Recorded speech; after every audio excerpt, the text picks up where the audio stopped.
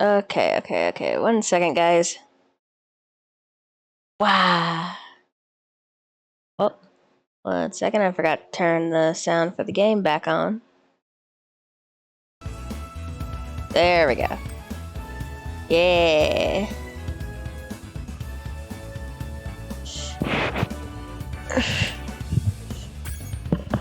Today we're going to finish up Ripto's Rage.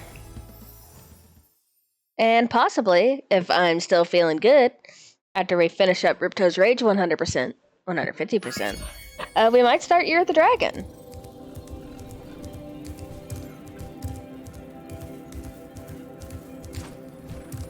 So, let me see which ones we haven't done. Okay, so next up we're gonna do Robotica Farms. Wait, did I 100% everything? Yes, I did.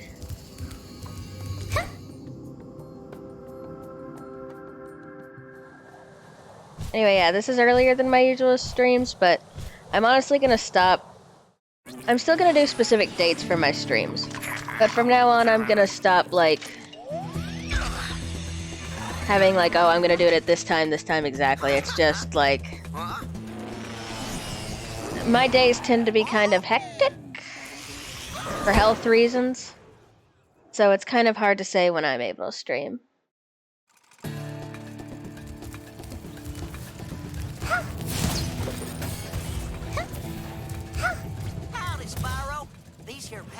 I love this guy's design. Look at him gyrate. Find your way over to the giant bug lamp and turn it on so we can zap any more invading pests. Alright, we gotta go turn on the bug light.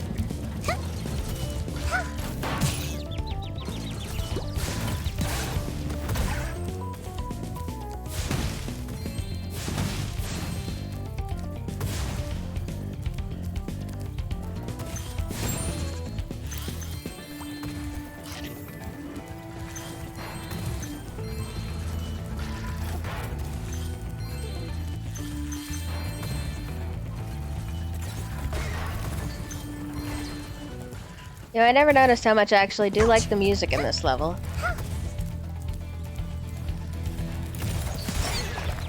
Heck. Where's the sheep?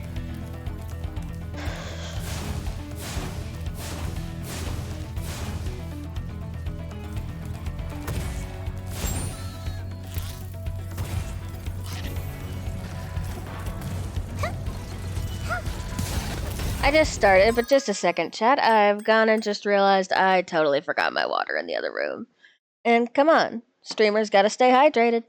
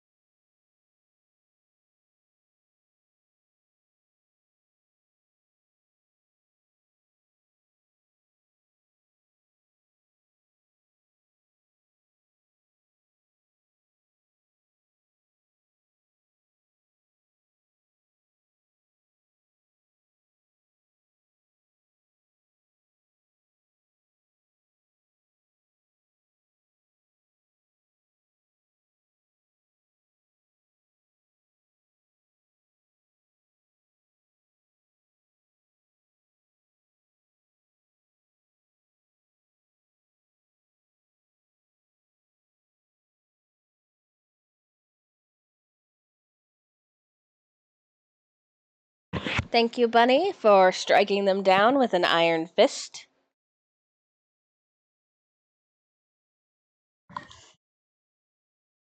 Like, literally, I sat back down, saw that message, and then it disappeared.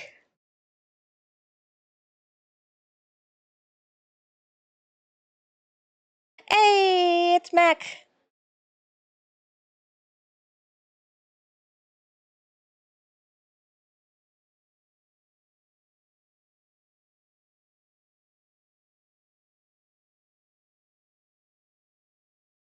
Hey, Mac. You're just in time for Spyro.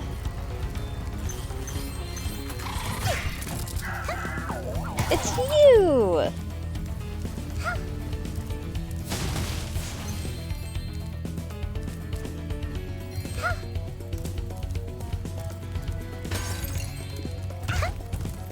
Also, sorry if I sound a little funny this time. I am having a... Okay, I'll be honest, I made the mistake of making super spicy tacos for lunch right before stream, and my sinuses are still recovering because that organic spicy stuff is the real deal. Like, I thought it wasn't gonna be nothing, because, like, usually when I get stuff that says super spicy, and this just said spicy, I still have to add, like, a ton of other spices to it just to make it taste good. This stuff I could feel in my ears.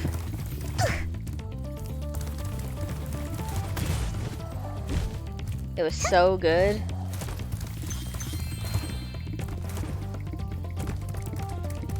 Yeah, I know, it's silly. The ice cream capybara loves spicy food.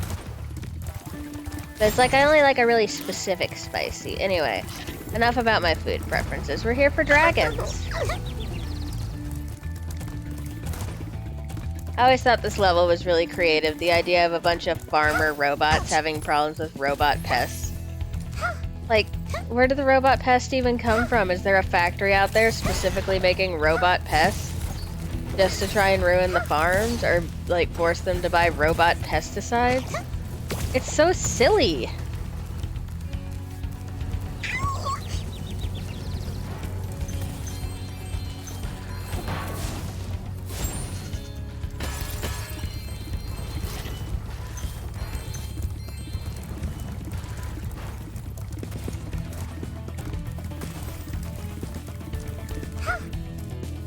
I know, Ember's so cute.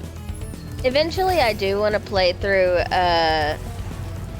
so what I want to do is I want to play through, Spyro A Hero's Tale 100% where I get all of the, eggs, and then I want to play it again on stream, using the mode that lets me play as Ember.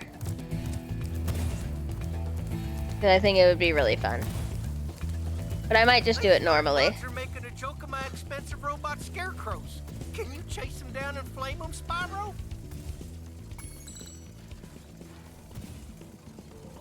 And we will do that in just a minute. Oh boy, electrified water.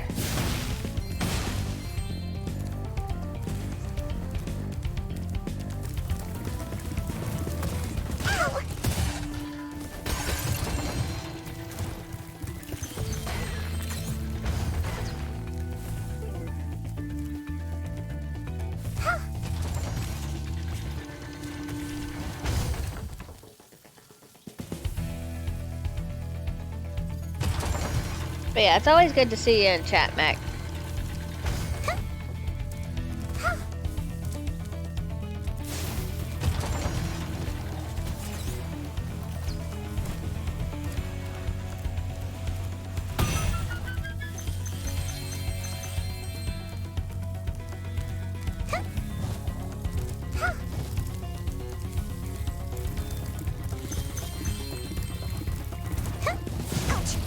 I always hate this minigame because, like, it's similar to the one in Glacier,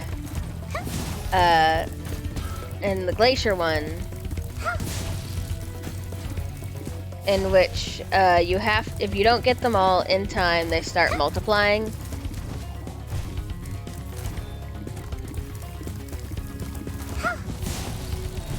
Like, you see, there's one more respawned, and now we gotta try and get that one before more of them show up. It's an endless battle, honestly.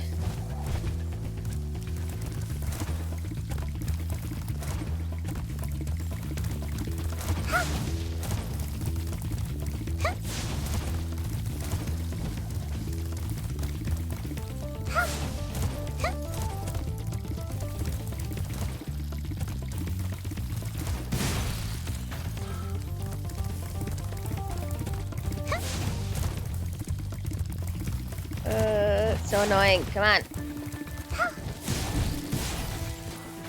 Got him. Heck yeah. Our fields are safe from those flying vermin, Spyro. Take this doodad I done dug up yesterday. Dang, these robots are really vibrating.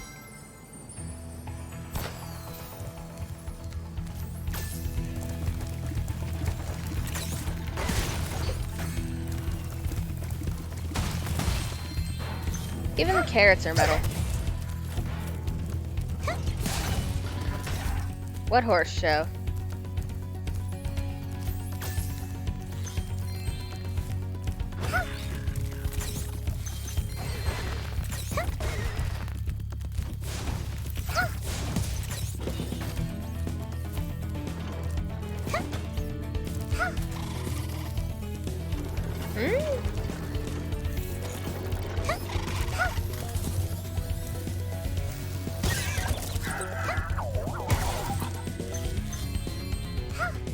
Bunny's being silly again, and I have no idea what she's talking about.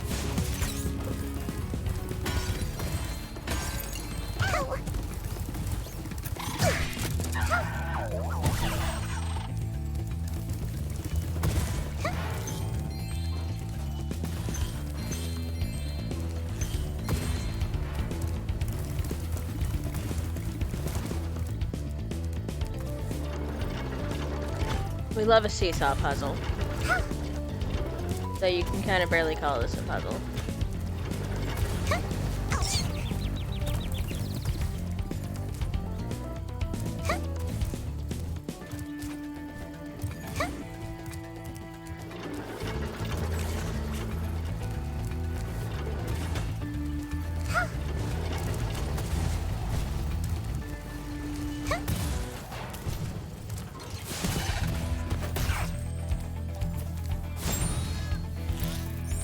Oh, nice. We got one that dropped a life.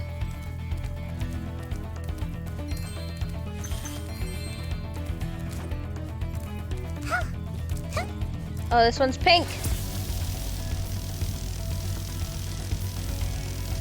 Way to go, Spyro. Them varmints won't be coming near our crops now. Can I offer you a reward?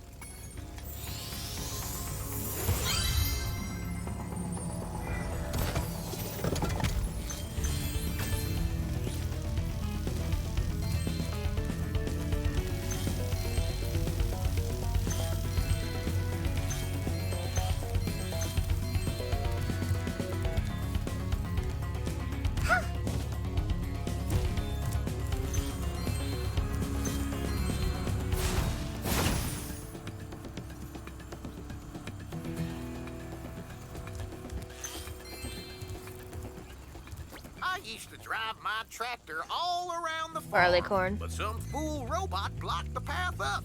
Do you think you could clear things up with a bit of supercharge? Heck yeah, look at these horns.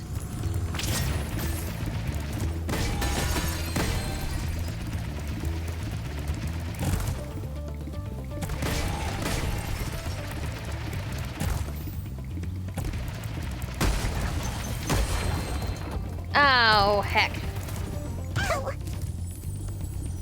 I was so close to getting that. If you can get them all in one go, you can get an achievement. Or maybe you can get it without getting them all in one go? I don't remember.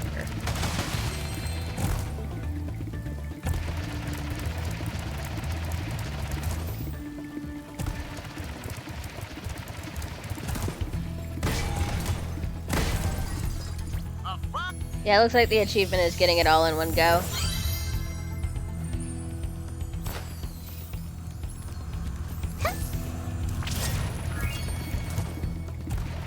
Now we just need to get all the gems.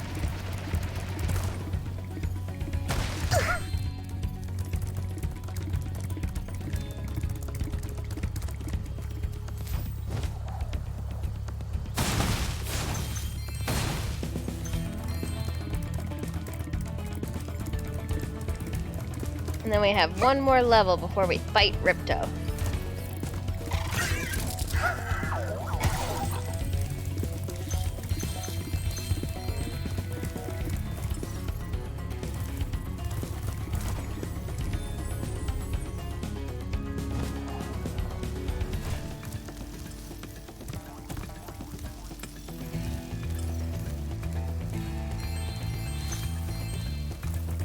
Goodness for sparks.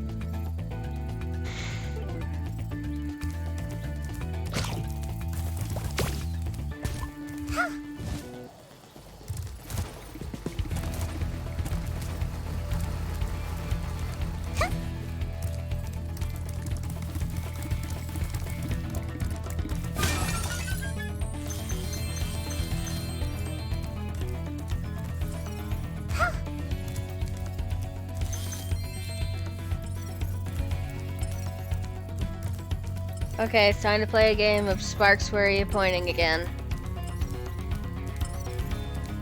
Can Xana ever get, or can Chili ever get through a level without needing Sparks to point me in the right direction? Sources say no.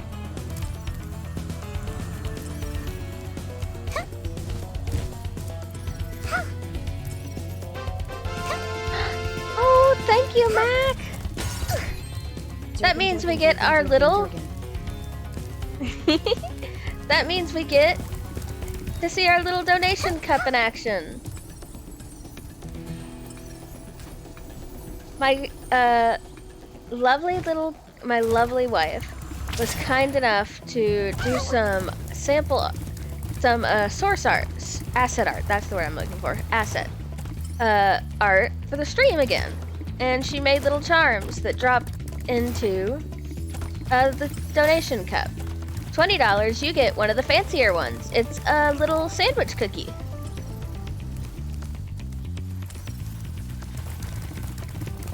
Yeah, I can probably change the size, because I do have the files themselves.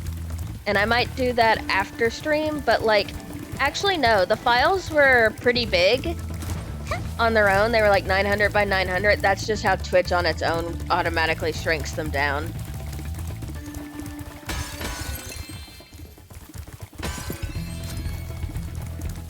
I know, isn't it cute? It's got a candy for followers. I've got a candy for followers. I've got one for $5 to $10. One for 20, and anything above that I think is a little thing that we're gonna use for our first emote when that time comes, and possibly a subscriber icon when I can do that, called Crunchy Bara, and it's a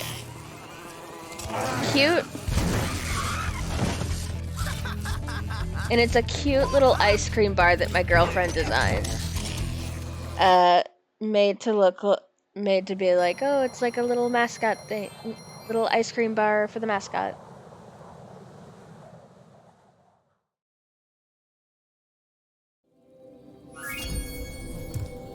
Okay, now let's go to Metropolis. Yes, thank you again for the donation, Mac. You have no idea how far just $20 can go.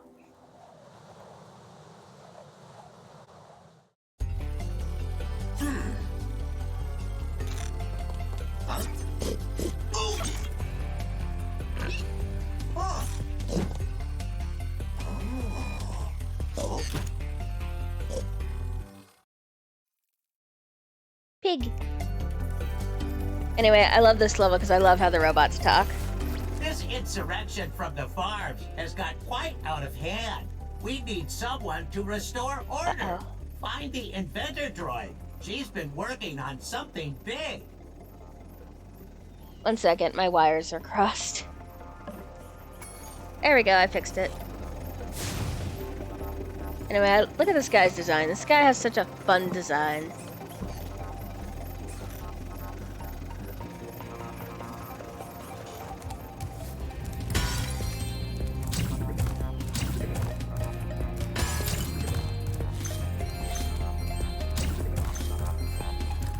Space cow!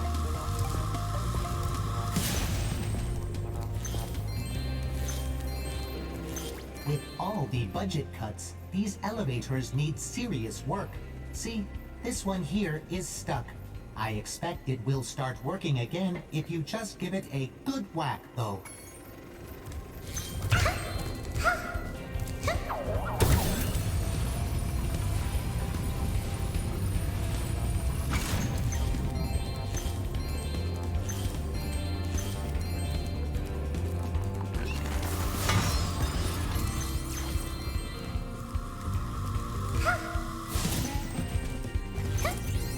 So there is something I want to say, and I think you guys will find it really funny, but the space farm animals actually become a running gag throughout the classic Spyro series.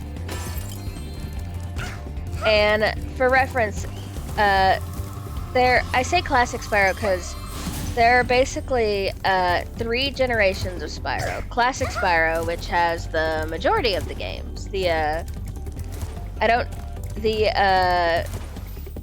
first 3, the Game Boy ones, Spyro A Hero's Tale, Spyro Into the Dragonfly, etc., etc. And then there's the second generation, which is Legend of Spyro. I feel like Legend of Spyro could have been better if they had just made it about their own character instead of slapping Spyro onto it and putting David Spade in it. And honestly, the first 2 games are pretty solid, but like the 3rd game kind of falls flat because they got a different guy working on it. As you can see, a vicious ox has taken over our armory, and here we thought that freezing the walkway would keep animals out. The ox is very tough. I would advise using the bombs against it, and it will probably take several bombs at that. And then there's and there's only 3 games in the Legend of Spyro generation. But then there is the kind of pseudo 3rd generation, which is Skylanders. And I've got nothing against Skylanders, but I feel like it's only really got Spyro in it to help promote what it itself was doing to help it get off the ground. And I've got nothing against that, because it did do its own kind of fun thing. It was a really fun mechanic that I feel got squandered by cheap technology and forced obsoletes, and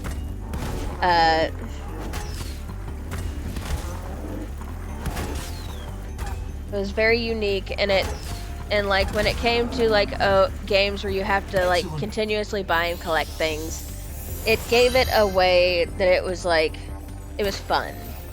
Like, I get it, capitalism, oh, you shouldn't have to buy things to like continue, but like, it gave you a physical item that you got to have rather than just the virtual item. You got the physical and the the physical and the virtual. But anyway, what was I saying? Oh yeah, in the classic series, the classic generation of Spyro, space farm animals becomes a big running gag, especially a part we're about to get to. Anyway, welcome to Chili Goes Off About Spyro again. But when do I not? Yeah, literally. And I think the gag comes from either they just thought it would be funny, or, and I doubt it's this deep, a common trope in old dragon fairy tales was dragons stealing livestock.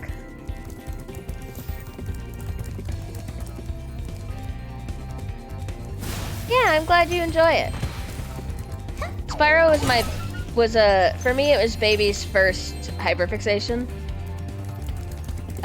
So it's like something that's really important to me, because Spyro the Dragon was the first video game I ever played at the age of 2, alongside Tony Hawk and Tomb Raider, but I think I mentioned that last time. But I have a memory disorder, so, I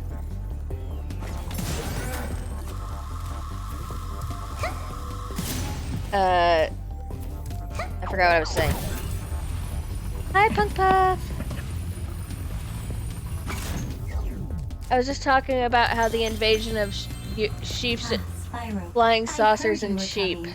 Thank you for Why your does this efforts robot in have a thwarting this chest, attempted of coup. that matter? Please take this item, which living creatures seem to like.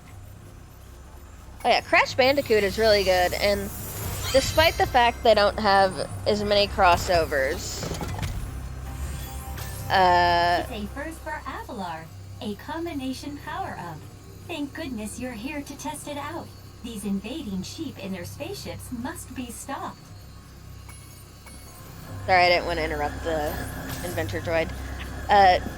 What was I saying? Oh yeah. No, I immediately forgot again.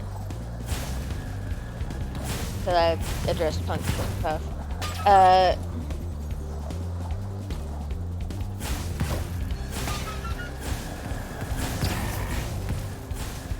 Funny, Crash, yes.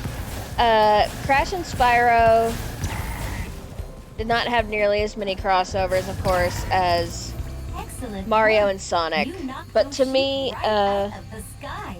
Take this orb Spyro device as and proof of your Crash skill. were kind of like the Mario and Sonic of PlayStation, except I knew it!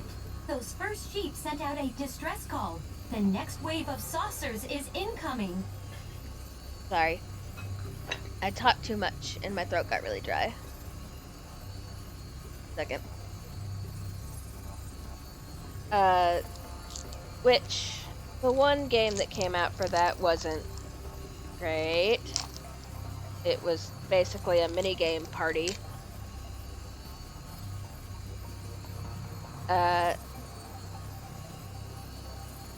That involved basically just button mashing a lot. I hated that. What was I saying? Oh yeah.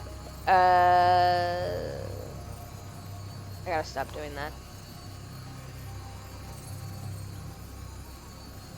Oh yeah, but then Spyro featured in Crash Team Racing, like a year or two ago, and that was super awesome. That made me really happy.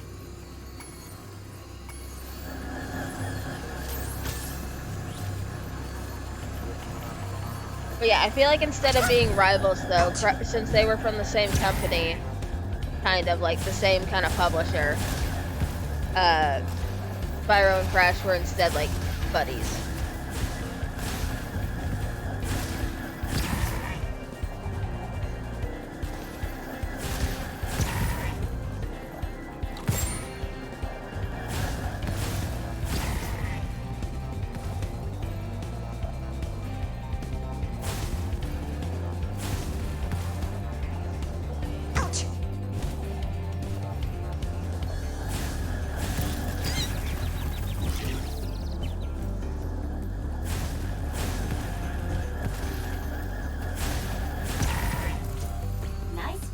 Airman, you've proven the genius of my double power-up invention.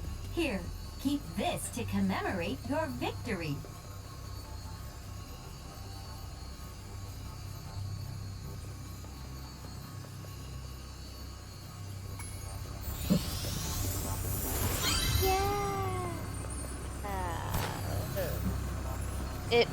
Oh god. He's not supposed to talk. I like living under the idea that Crash only communicates through a series of bizarre noises.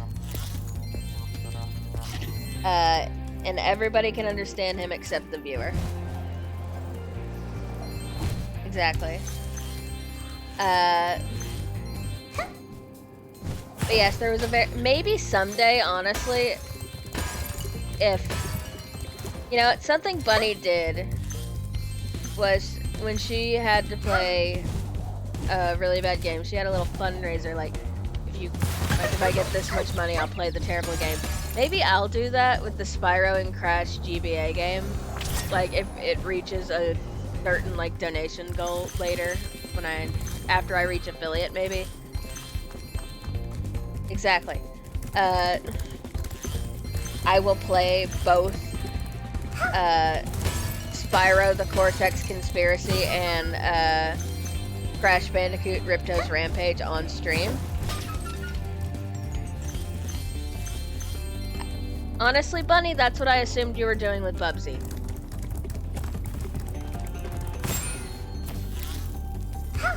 Seriously, girl, you're gonna give yourself an aneurysm.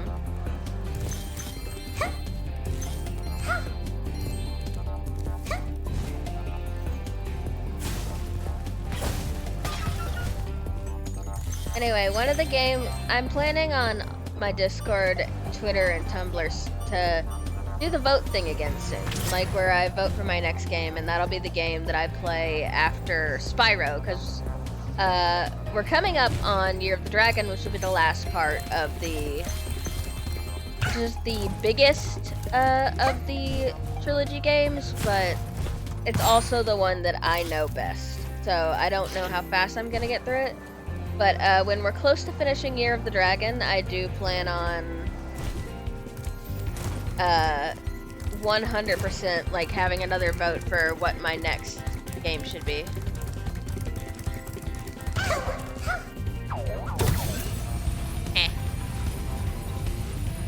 And one of those games is actually going to be one of my favorite games that I've been getting back into. Such Art. Genius Art Simulator. Which Bunny got me into that game. It's a really good game, and I highly recommend go give the developers your money. She's so cute.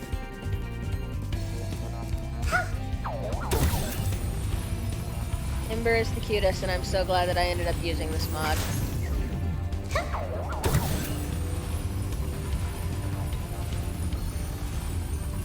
She's fine. Fine.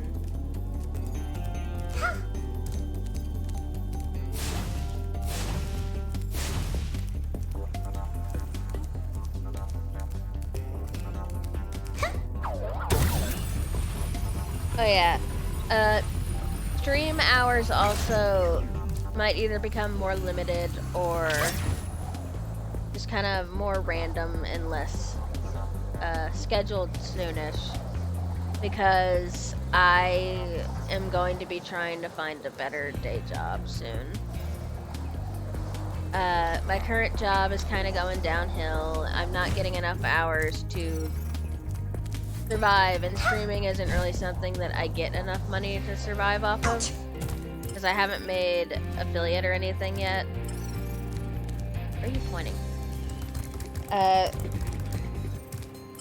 I'm working on it though. I'll get there eventually.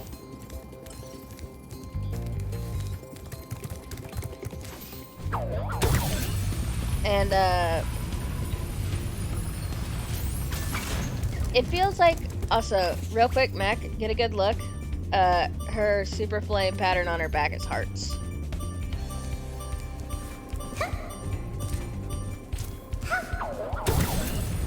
I'm working hard on stuff, but like, my current job is too physically demanding with the fact that, oh, I need the super flame, okay. What was I saying? Oh yeah. With, my chronic pain, and I have to usually take Ubers, to work. So it's like, it's just not worth it, you know? I'm hopefully gonna be getting a job at a little game store, and they close at 8. So hopefully I would be home by like 9, and then I might start doing like late evening streams after shifts and stuff. That's something I'd like to do.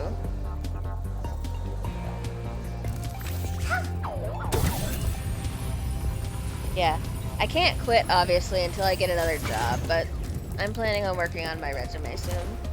Sorry if TMI, guys. I just find myself kind of spilling out when I'm on stream.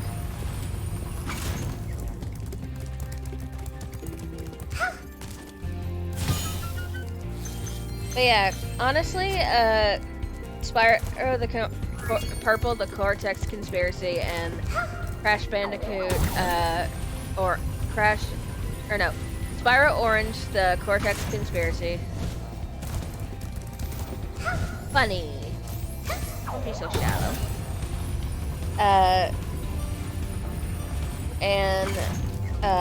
Crash Bandicoot Purple, Ripto's Rampage are games I would totally be down for playing, but I should warn I have never beaten them.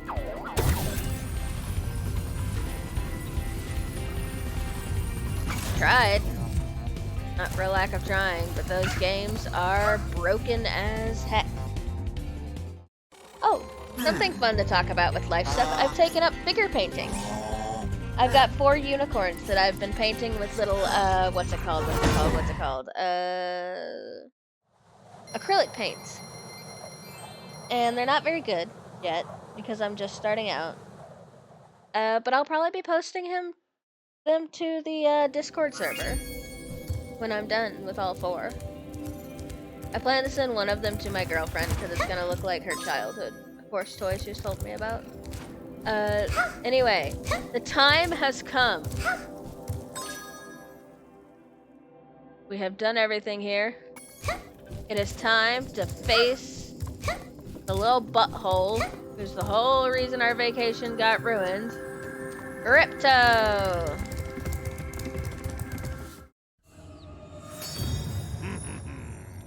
Yeah.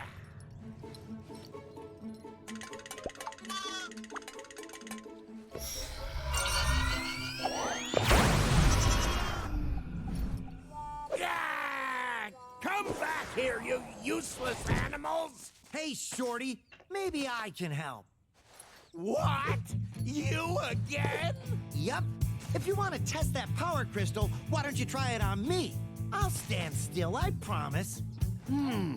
I like that idea.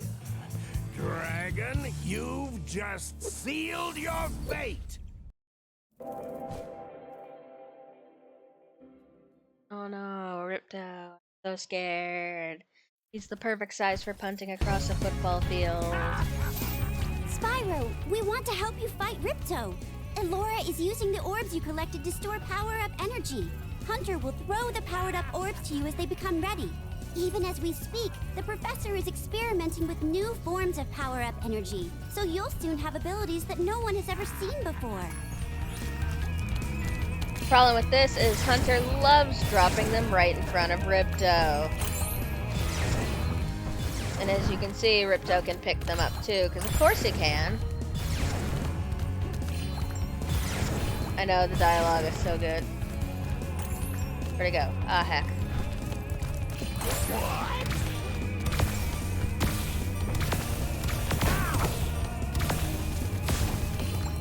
Eat butts.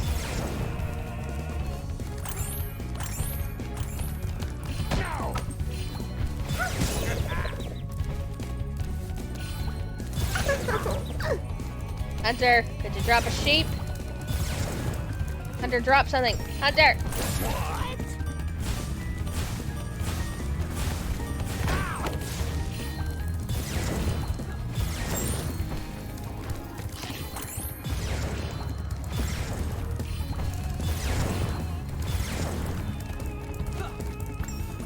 Yeah, in this fight, it's really good to try and stay under Hunter, so that Ripto doesn't have a chance to grab the stuff.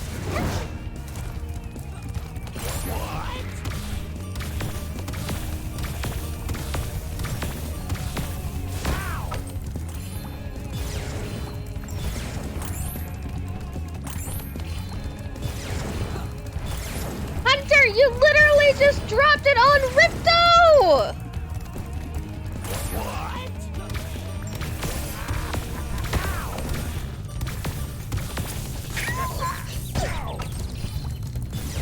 You guys saw that, right? He dropped it directly on his head.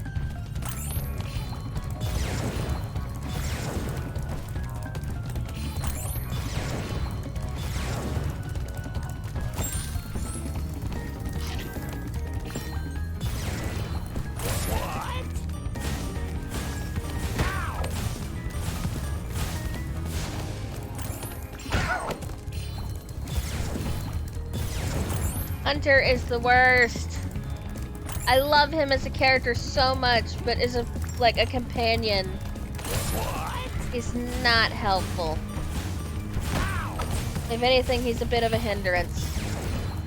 I adore him. He's one of my favorite characters in the Spyro series, for years. But oh my my god.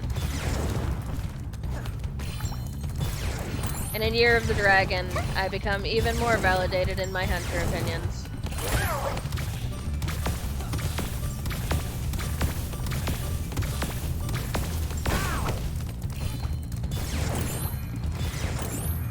I think that's Butthead.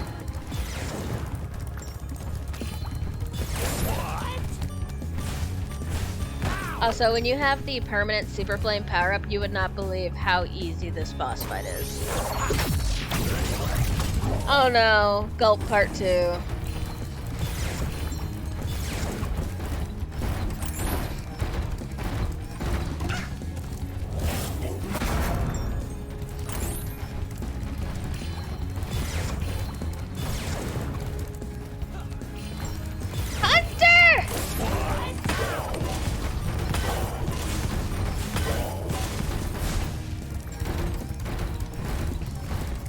I'm gonna fight Hunter. Where's my Hunter boss battle, huh? Hunter! Hunter! Oh, barely. Hunter!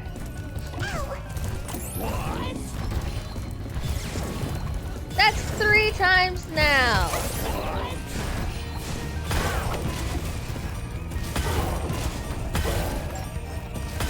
I'm sorry you guys have to hear me raise my voice, but I think you guys can understand my frustration here.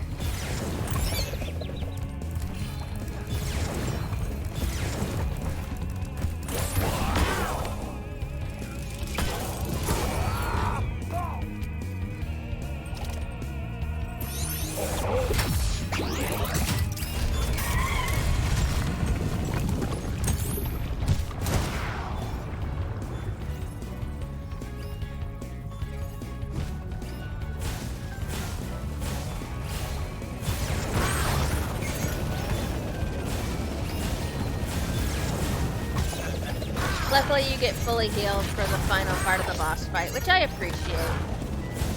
And luckily, Hunter is no longer a hindrance to us, as it's meant to be implied here that you and Ripto are equally matched, I guess.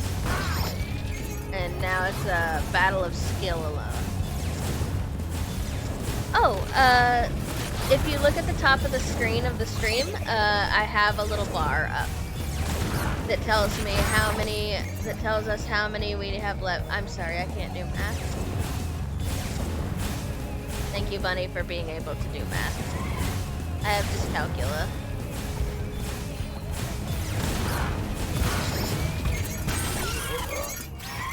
Oh no, I do have a donation bar, but it's not up right now as I currently don't have any funding goals.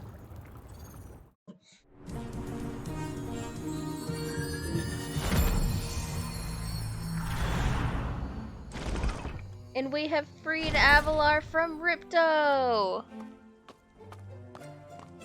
Hey!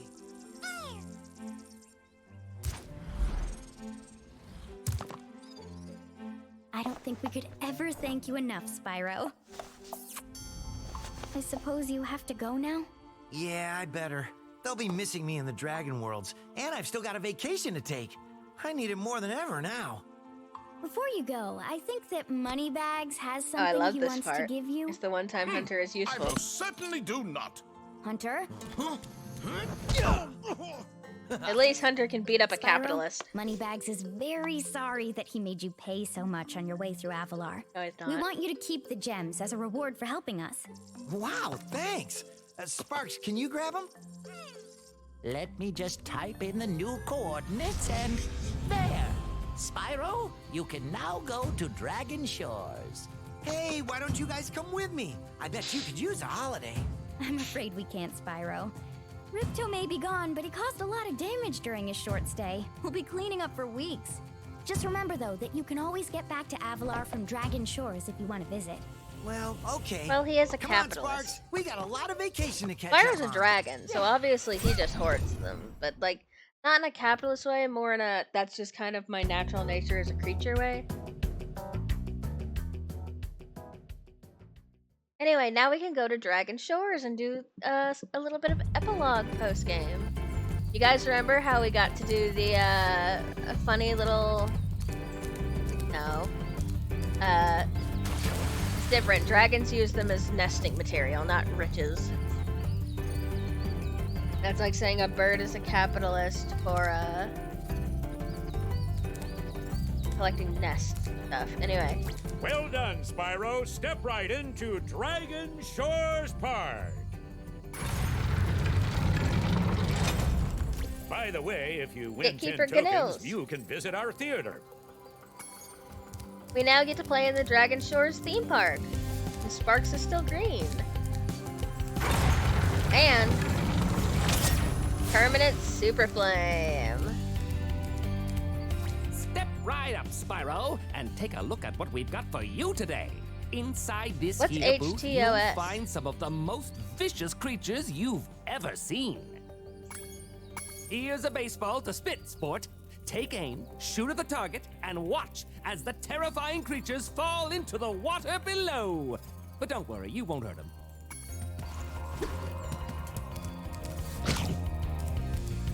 I like the art.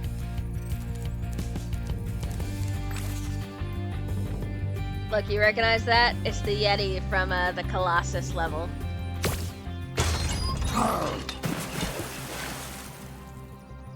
Hey, that was pretty funny, wasn't it? Take this token for being such a good shot.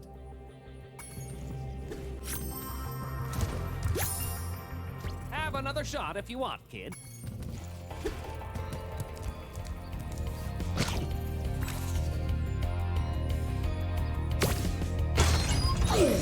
Earthshaker. This is pretty easy, isn't it? Have another one of these tokens. Have another shot if you want, kid. Don't worry, guys. This isn't how we get all 10 tokens. Oh jeez, the guy who wanted to eat babies.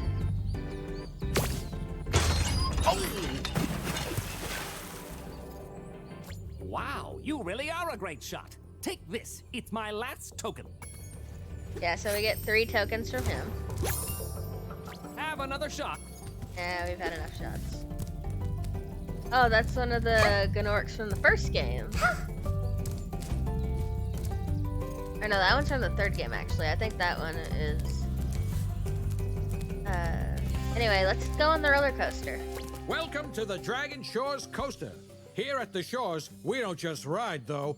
If you can pop all the balloons on the track, a token is waiting for you. Ready to ride? I am ready to ride.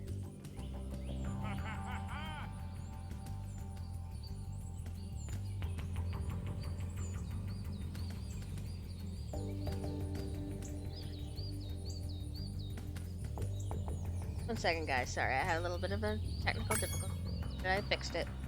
Watch out for the other coasters out there. It's a crowded track today. Sir, I'm not sure that's how this sort of thing is meant to work.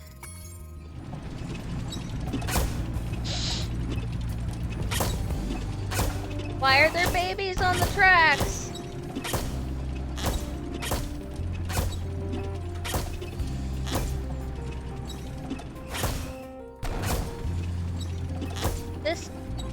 This roller coaster is definitely not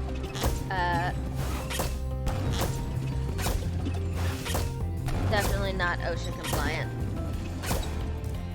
Good job, Dragon. Here's a token for you. All right, I'll flip this switch, and now you can ride more track. Watch out for the other coasters out there. And now we have to pop even more balloons.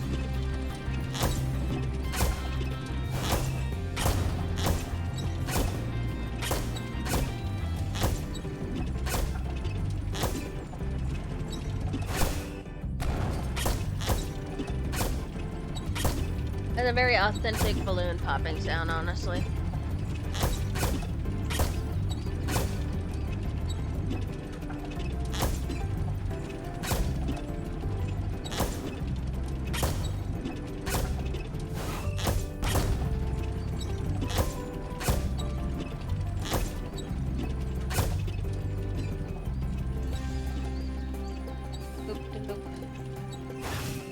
Oh, heck. I didn't mean to do that. Do you mean Pac-Man World? Oh, Pac-Man World is one of my favorite game series, especially the second one.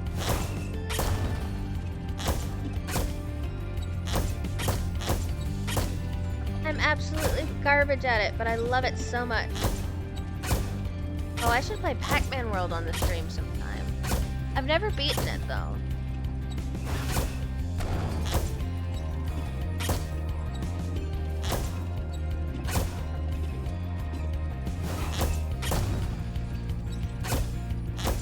Yeah, now that I'm my own streamer, I don't have to bug Bunny to play my childhood games. I can play my own childhood games. And you know what? I might just play Pac-Man on stream after we finish up SpongeBob. Oh yeah, Pac-Man World did not play around.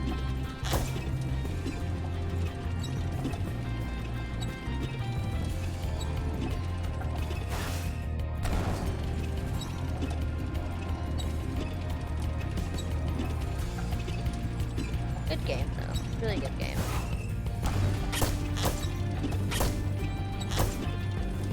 Oh, the music was so good.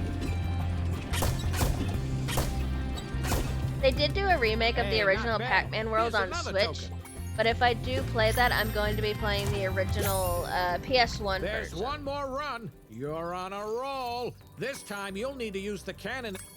Don't worry about it. Now we have a cannon.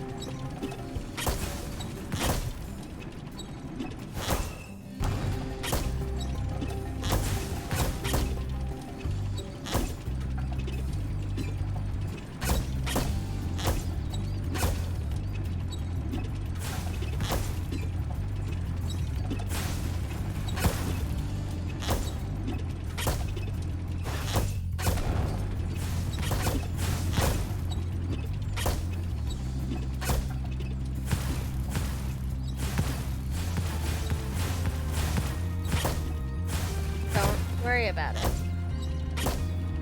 Stop asking so many questions. I love you, heart.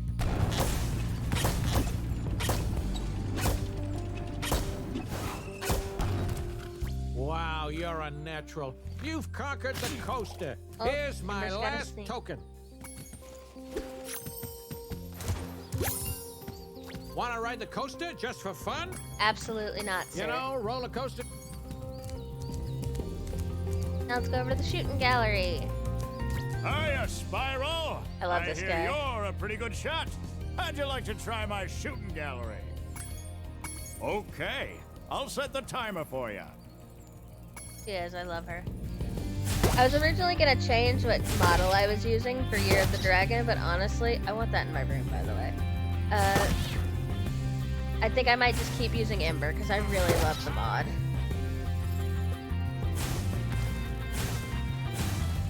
But I know with how the way some of Year of the Dragon plays, she will appear in some of the cutscenes and end up voiced by Spyro.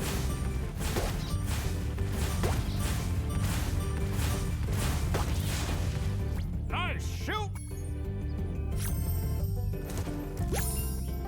Ready for the next? Oh, Sorry if it seems like I'm rushing a little through the after bit. It's just that this all is a bit kind of redundant, and it's fun, but what I really want is to get to Year of the Dragon, honestly. nice shooting! Here's a token. Because Year of the Dragon, I do love these two a lot, but Year of the Dragon is the one I have the Ready most for the next? memories of playing as a Okay. kid.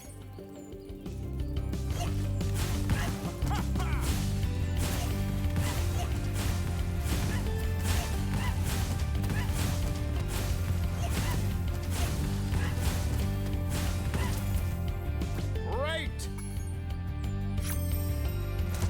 Okay, there's one last Come token on to back. get. And that is right over here at the Tunnel of Love. Free, free, free! You pay no money down and make no monthly payments. In return, I'll give you 1 token. 1 is all I can give, but you can ride as many times as you'd like. Hop aboard, my friend! That monk is sitting with a baby. Someone call...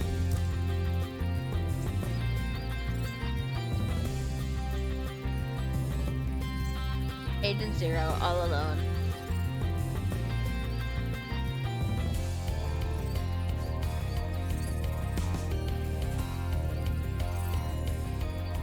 Oh, get away from me!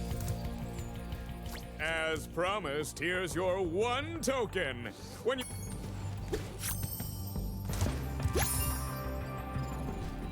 It's completely random who you end up with. Anyway, now we can go over here and go in the feeder. Well, Spyro, it's your... Forgot to talk to that guy. But, and I really wish I had this poster. As you can see, it's literally just all the cutscenes you see in the game.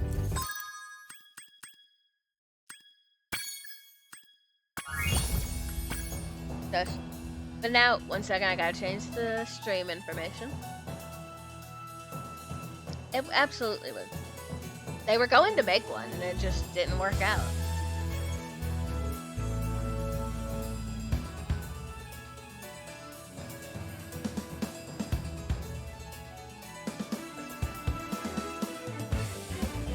So I think Skylanders ended up having an animated series.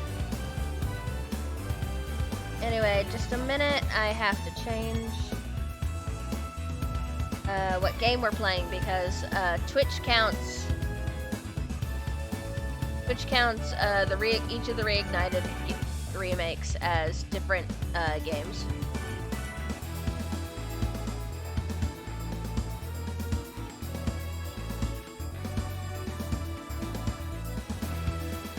There we go.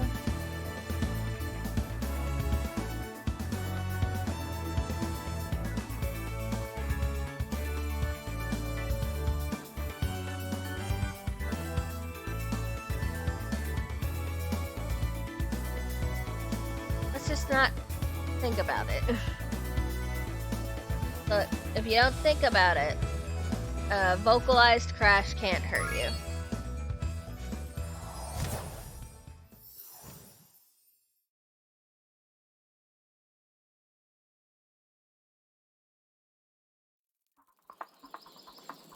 Oh, what? 1 sec. 1 sec. For some reason, it messed up.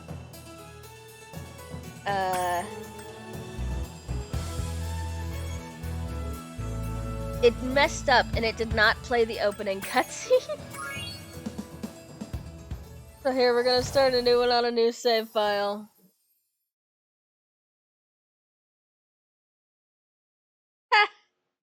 Yeah.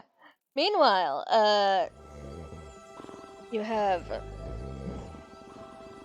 I can't think of anything to compare to the Jack Black and Bowser being the most fitting possible combination.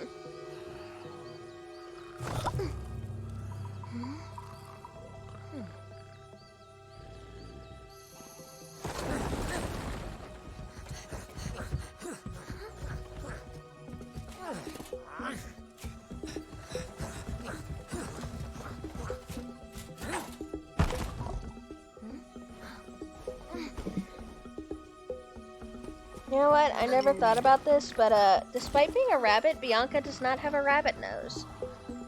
Rabbit noses aren't small pink little buttons like a cat nose. They're actually small folded, like, pieces of the snout.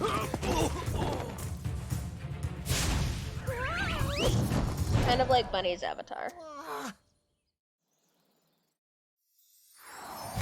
Yes, but Bunny, she's anthropomorphized. And again, you're not exactly bunny accurate either. You've got We paw managed pads. to capture the eggs, Your Highness. Or do you? Every last one.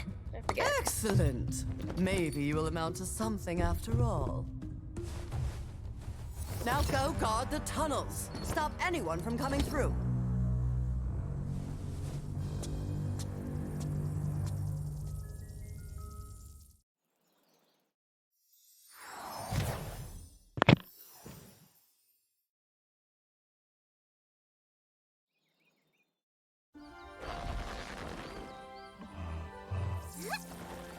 Oh, absolutely. But let's not talk about that on the family show. Where are the eggs? The holes came out on the other side of the dragon worlds. We found some of the eggs, but they were too heavy to carry back. The other side of the world? The Forgotten Realms. Spyro, you'll have to go. This was Nobody a lot else more can fit dramatic in down the the original holes. version, I won't lie. Yeah, come on, let's go! Anyway, I love this part.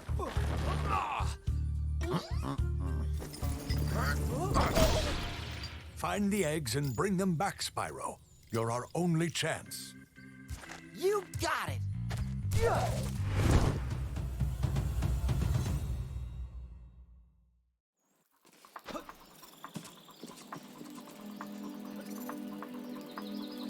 Yeah, honestly, yeah. Okay, now that we've watched the opening cutscene, we are actually going to go back to our regular save file on the center, because otherwise I will forget what save file I'm using. Because I haven't done anything on this save file, but I guess I accidentally opened it at some point, and that's why the opening cutscene had already played. Anyway, we are now in Sunrise Spring of the mysterious Forgotten Realms. Let's get to work, guys. Also, can I just say, I love this music, like, a lot. Year of the Dragon has some of my favorite tracks in all of the Spyro series.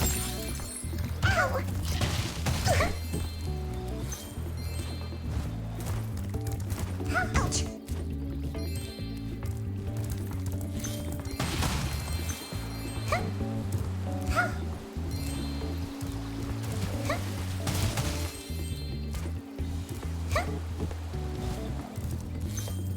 I know, right, Mac? Oh, we already found our first dragon egg. Isabelle. Something I really like is how none of the dragons really have any gender-identifying traits, despite having gendered names. So it's personally my headcanon. Hi, Spyro. To look left or right, use the right stick. To quickly center the camera behind you, tap the center camera button. You can also look all around. I don't care, I know all of this. I know more than you. Oh, she's traveling on a beam of yay. I headcan. So, you're the one in charge of rescuing the eggs, huh? How sad. Look here, Dragon. If you know what's good for you, you'll turn around and crawl back into that hole you came through. Those eggs belong to us now, and I've hidden them in places you'll never find in 1,000 years. You mean like right there? Besides, You mean right even by if where you we could are? Find any eggs, our expertly trained armies would hunt you down and take them back. Do I You make mean that myself egg clear? expertly hidden, If I like, find you here again, 5 feet away? I am going to be very angry, and you won't like me when I'm angry. Anyway, what was I saying? Oh yeah.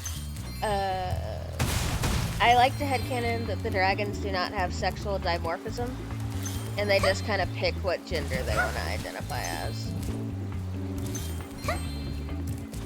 They're all, like, the same gender, and they reproduce in some, like, unique way to dragons.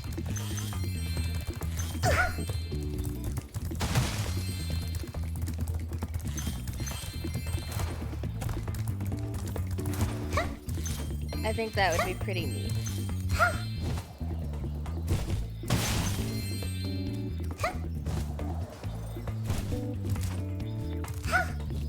So there are also theories Yo, about... Spyro!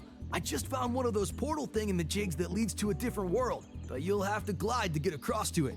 Press the jump button, then press jump again while you're in the air to glide. Just follow me.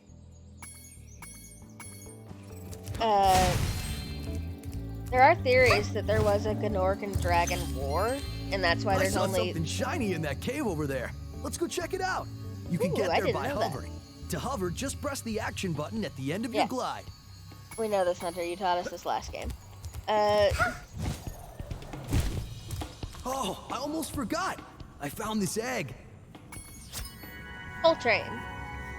What a little cutie. And that's why there's only 80 dragons in the first game, because a lot of the dragons were lost in war. In fact, it's believed that there is a lost dragon race, actually, in the first game called the Machinists, that were originally meant to be in Ganasti's world, but they were either all killed off or driven from it.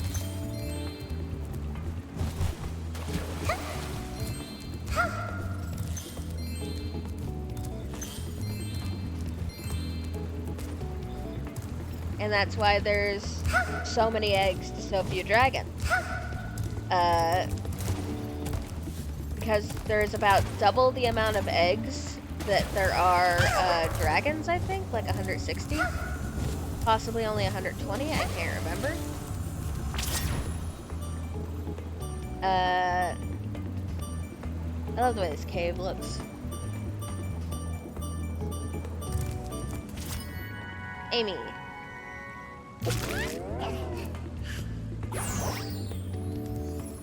Some of them have bows. I don't know how they have bows on the inside of their eggs.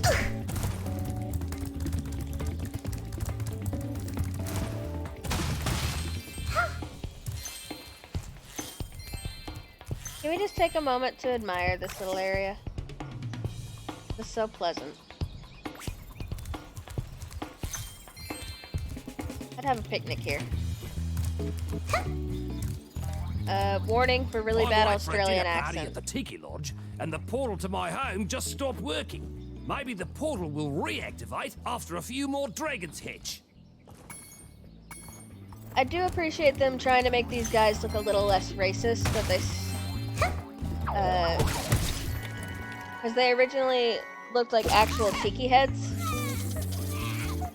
which are considered sacred in actual Hawaiian culture, I believe.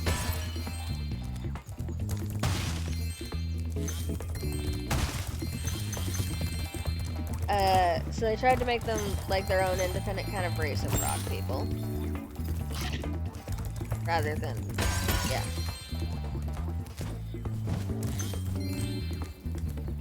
I see an egg at the bottom of this lake. I would go get it, but I don't want to get my fur all wet. Maybe you could get it. You can dive underwater by pressing the charge button when you're on the surface, and charge underwater by holding down charge as well. Hunter's not even looking at me. Yeah, we have all of our abilities that we learned in the last game. We have climbing, we've got all of that. Like, Spyro hasn't forgotten everything. People are just telling him everything he already knows. Telling Ember everything she already knows.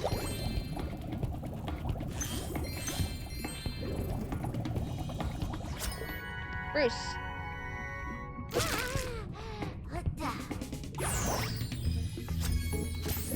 That's all the eggs. Now we just gotta get all the gems, and then we can go to our first level, in which we will see what really separates Year of the Dragon from the first two games.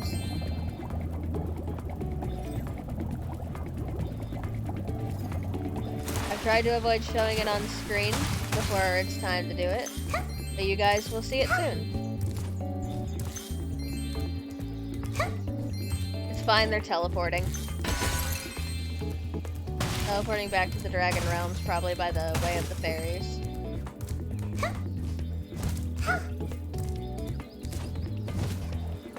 Also, where before the story for all the games was just kind of, oh, bad thing is happening, do something about it. There's a villain invading, da-da-da. Yeah. There's definitely a lot of characters that they had to completely redesign from the ground up because of how polygonal and big they were. And Hunter is definitely like one of those.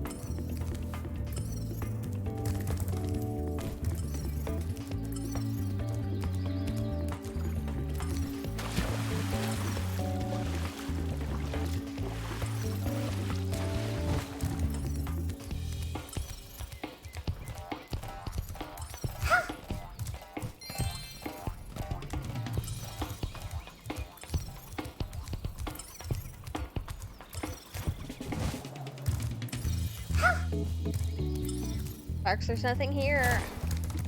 I see you playing Warframe, Bunny. Everybody point at Bunny and be like, haha, Warframe.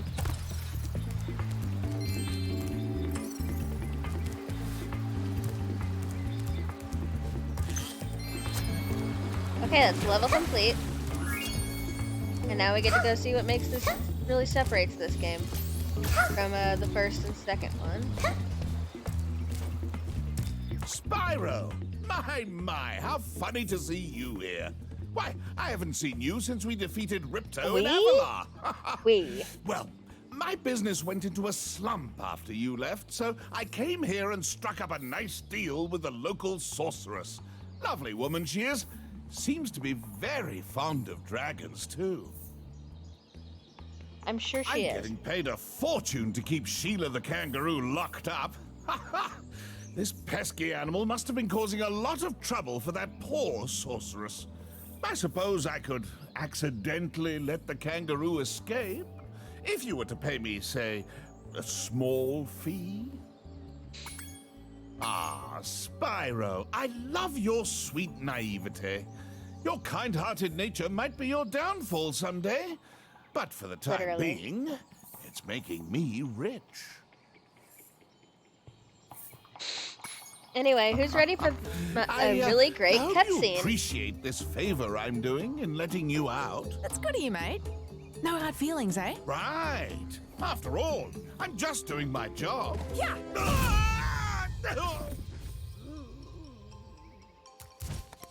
I reckon you be one of them dragons then.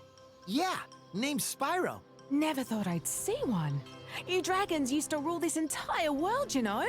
Then all of a sudden you left. Poof! Dragons used to live here? Didn't you know? It's a shame they couldn't dub over the lines. And they just left? But it is cool to see Ember in full motion, but that also implies these cutscenes are rendered differently. I mean, they say this world used to have magic coming out of the wazoo. Flying ships, singing forests, wishing stones, you name it. But when the dragons left, it all just dried up. Is that why some of the portals don't work? Yeah, they're starting to fade out too, one by one. Well, I gotta get back home and do some damage control. Come visit anytime you like. So, there's something I do want to talk about. I originally had a mod that widened Sheila's torso because it's ridiculously disproportionate to the rest of her body. And there's a reason for that. Shut up. Thanks again, Spyro. It's more, it's just like now uncomfortably skinny. Like it looks like she's done to my home got while no I was organs. locked up. No. Her torso.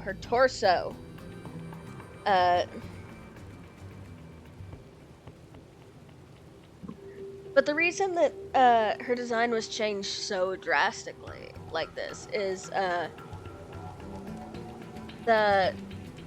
when Time Crunch was getting bad, they outsourced Year of the Dragon to someone known as Senzaru.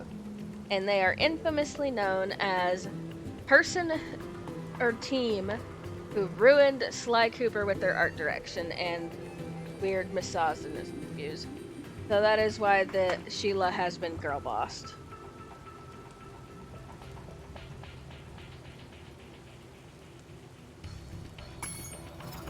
And why she's Hiya, Sheila. uncomfortably While you were gone, skinny. a bunch of Rhinox kicked us out of our houses. It's okay, though. Bobby, Pete, and I are working on a clever plan to take them back.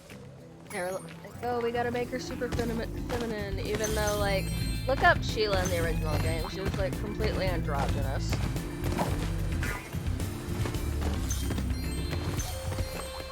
And anyone who tries to say that the proportions are proper for a kangaroo has never actually seen a kangaroo.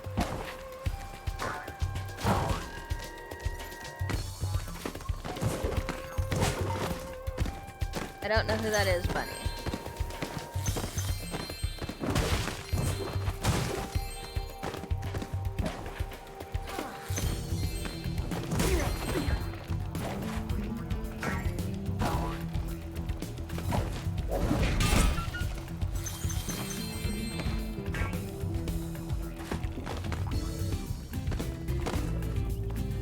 just a minute, guys.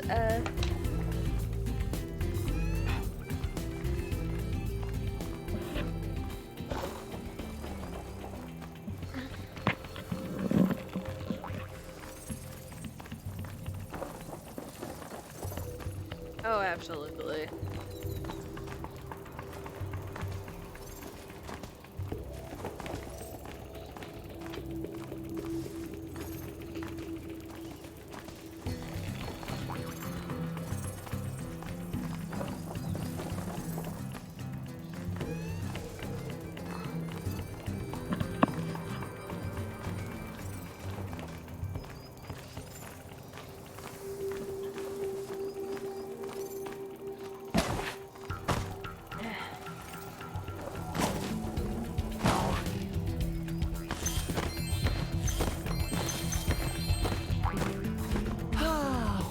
At last.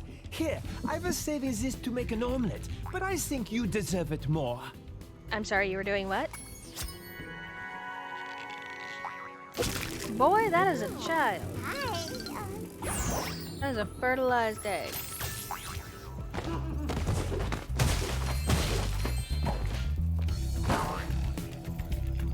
You're right. It sucks, cause like, on its own, like if her torso was equal to like the rest of her body, if it was proportionate, the design is great. The design is super cute. I think it's fun. I like the pigtails a lot. I like the little like shirt and backpack, like she's a little adventurer. It's really cute. But like the really weirdly large hips versus the tiny torso, it's just uncomfortable. And she still plays good. Like, look at her leg motion. Her leg motion is more...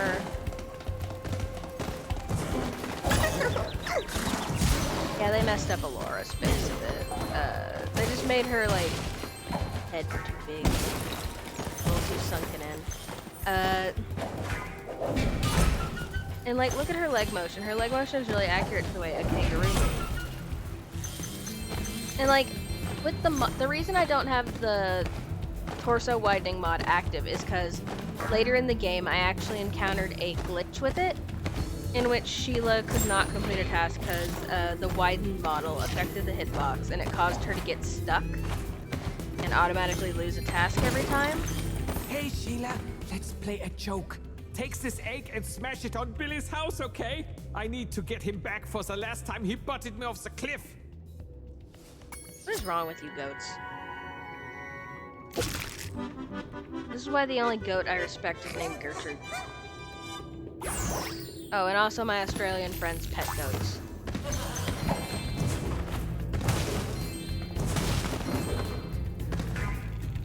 One of them is named Polka. Also, we love these Canadian moose. These moose that are just like unapologetically designed to be Canadian. Also, I like these little mushroom houses a lot. Let's destroy them.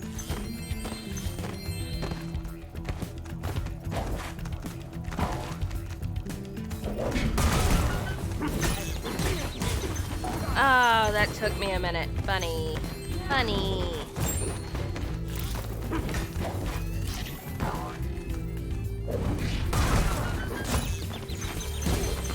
Think you're real cute, don't you?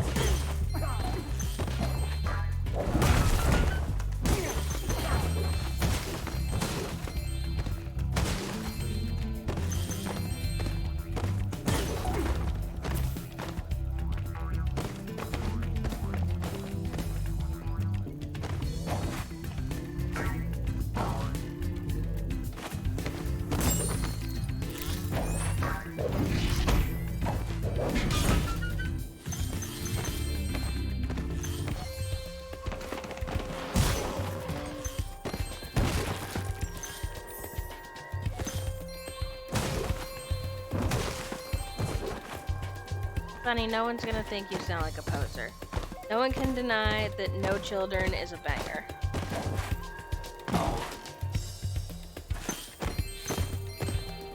Thanks for the help, Sheila. Ooh, you...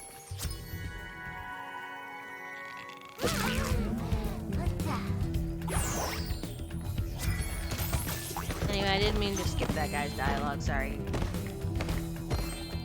Now we just gotta get the rest of the dungeon.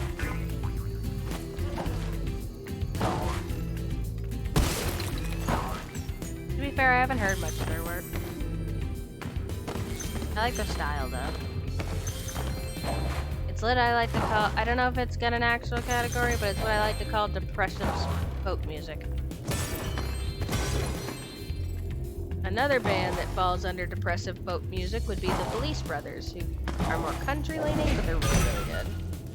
And again, I like country because I'm from the country. Shocker, I know, I don't sound like it. But I am from the South. I live in the South. If you ever...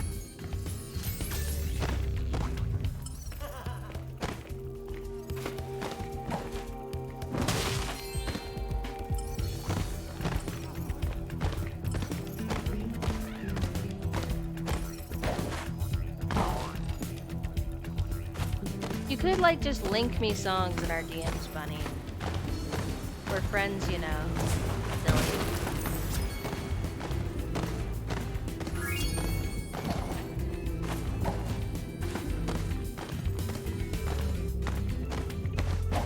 Gosh, I'm sassy today. I don't know what's gotten into me. I'm sorry, guys.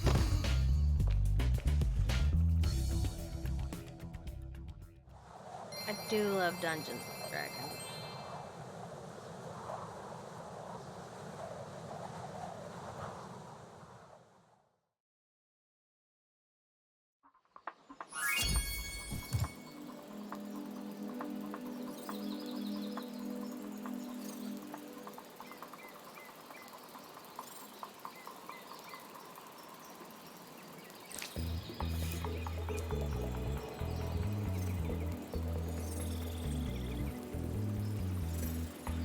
Anyway, let's... Whoa, whoa.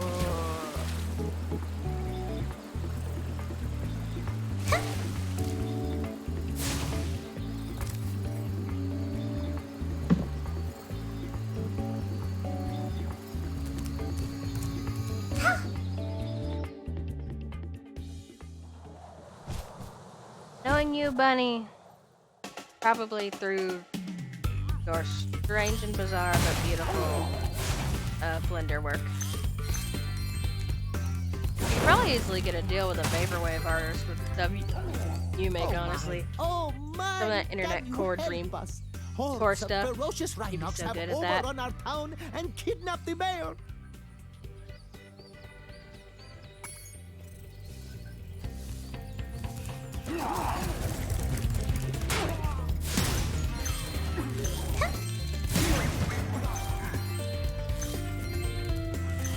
Just let me catch my breath, and then I'll kick that other guy's butt.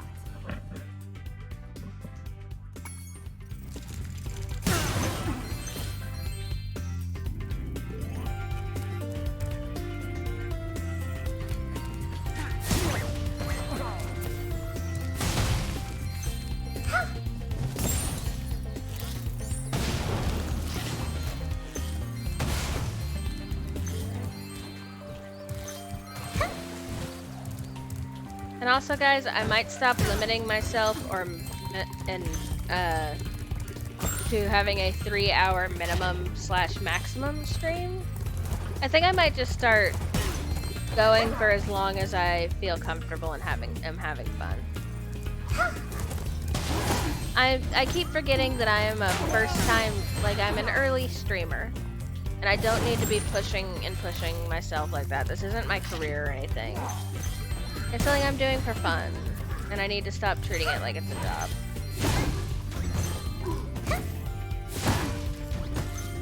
So honestly, I think good streamers don't get enough credit for all the work they put into their stuff, or probably not that much of a return, honestly.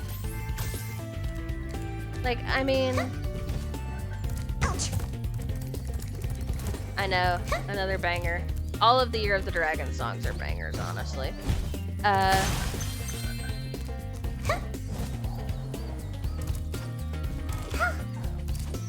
Like, Bunny works really hard on her show, like ridiculously hard. You guys have no idea how much work I've seen this little rabbit put into her stuff.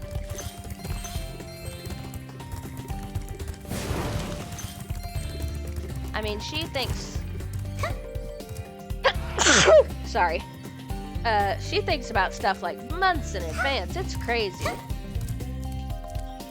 But, like another example, the stuff that Wayne Radio TV does, I don't know how he affords to do some of the, like, live gags that he does. Like the Texas thing and the fax stream. And, like, the Homer kidnapping. Like, it's crazy.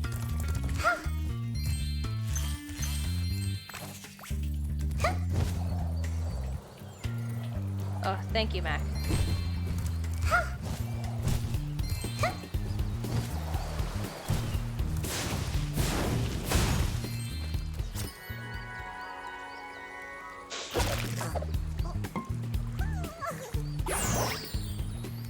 What a cute little guy.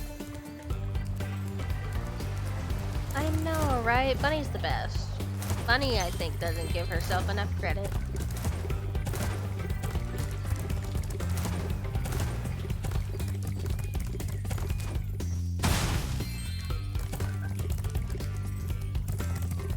It's thanks to Bunny that I even have, and Spyro. also Punk Pup, Each time a fairy zaps that I you, even have like the this, confidence to stream.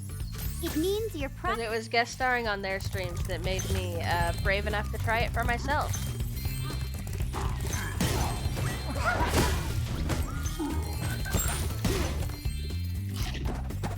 Oh, that's a big chicken. Uh-oh.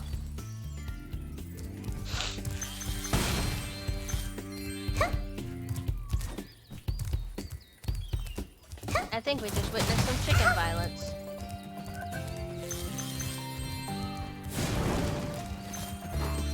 Whoa, I'm dizzy.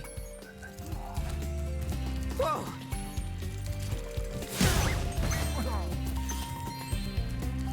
Thanks for the help, but I think I could have worn him down sooner or later. Wow, so appreciative. Well, no more chicken, I guess.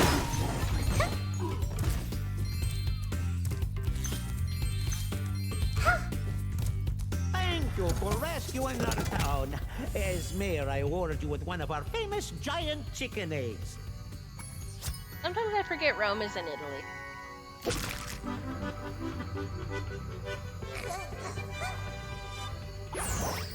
I'm sorry. That was the ugliest chicken I've ever seen.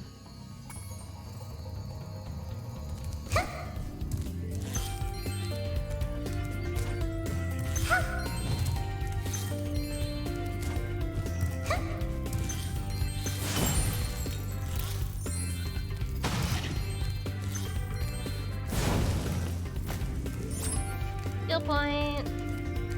Alright, you guys ready to see what really makes Year of the Dragon good? Hey, Spyro. I found this gladiator training arena that also makes for a pretty cool skate park. Care for a test of your boarding skills? I bet you can't... Oh, look at that! Ember gets a custom board! I've never actually played with the Ember mod on Year of the Dragon. So I didn't know she got a custom board.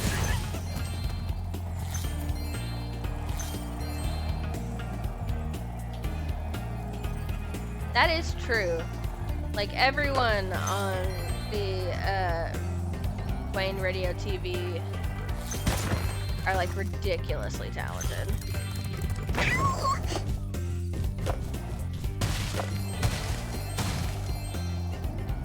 So I don't really want to call them talented as much as I want to call them skilled.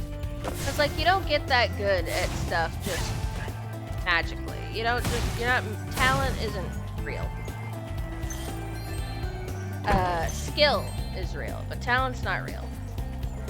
Skill is just something you work for.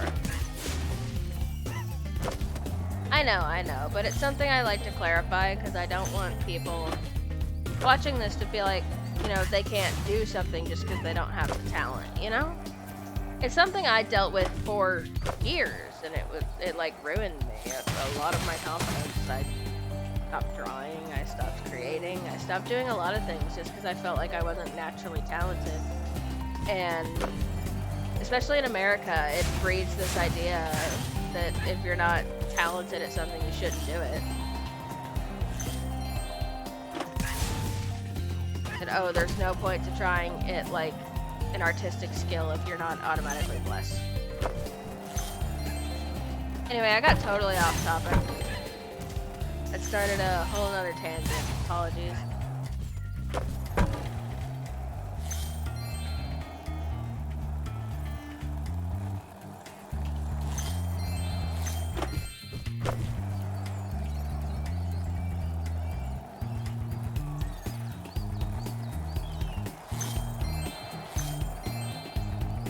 Anyway, my lesson of the day is skill and talent don't matter, because no matter what you start at, no matter how good or quick you progress, you're gonna, the very first time you do it is gonna be garbage.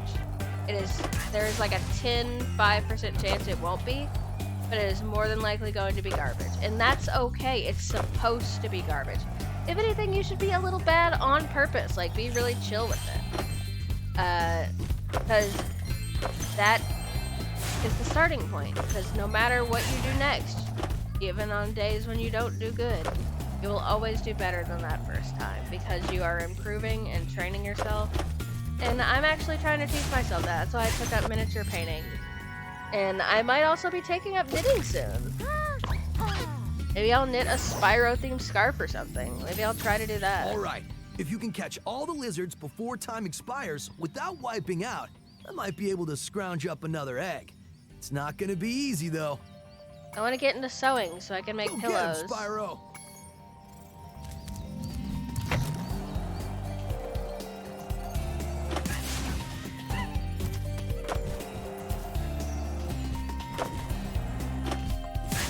Yeah, exactly. Something, and this is something I should really let my wife talk about more, but I don't think she's in the chat right now. But it's something she went through, and I'm pretty sure she'd be okay with me talking about it as long as I'm vague. But she went through a period where she felt like she wasn't enjoying art, because it felt like she was just trying to get to a means to an end. She just wanted the end product, and the process was tedious. If you don't, when you are learning a skill, when you are doing something you love, a hobby, career, if you don't enjoy the process of getting to the end result, you are going to be miserable no matter how good you are at a skill. You have to love the process as much as you love the final product, even when the process is frustrating, or you're just going to hate doing that thing. And I love, and yeah, there are times when even as low effort, I'll say, as my streams are compared to like a lot of streams like Bunny's, and how I definitely have a lot of help doing my stream stuff, like my wife doing my stream assets and stuff. Yeah, exactly.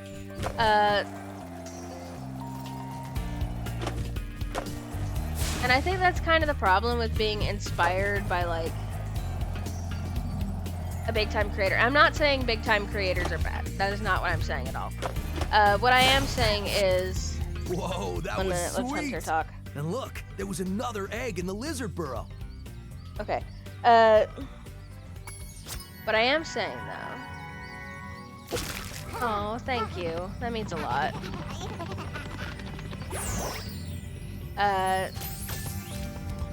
Is sometimes when you're inspired to take up like a hobby or skill because of a friend or like a popular like personality, whether like in your life or in your school or like on the internet or even at your workplace, doing a thing they're really good at. When your inspiration is someone who's already good at it and you're not immediately good at it, it feels discouraging. And I think part of that is because there's a little part of you that wants the opportunity to like get good at that thing that one person is, because we're pack animals. And we naturally want to do the things that the people we care about want to do. We want to share in that. And like, when you're not good at it, you feel like you're not, that there might be something wrong. But that's not the case. It's just that person probably also started out that way. There are Rhinox everywhere. And I don't like that saying of, Alas, let's get this guy I talk. have lost my love. She's being guarded by evil Rhinox at the top of yonder tower. Can you rescue her for me?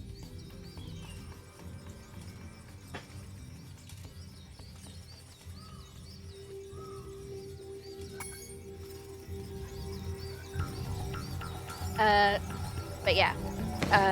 I feel like I don't like the saying, oh, they're just a person like you, they put their pants on one at a time. I don't like sayings like that. Like, yes, it's true. You need to remember parasocial relationships and all that are dangerous. And, like, yeah, they are just funny. They are just people like you. But I feel like something that needs to be said more when you're trying out something that you were inspired to take up by someone you really admire. That person started out just as garbage as you did. That person probably has a first version of the thing that you're trying to emulate that they don't even want to look at. And this is why I believe that unless the early versions of a skill you got really good at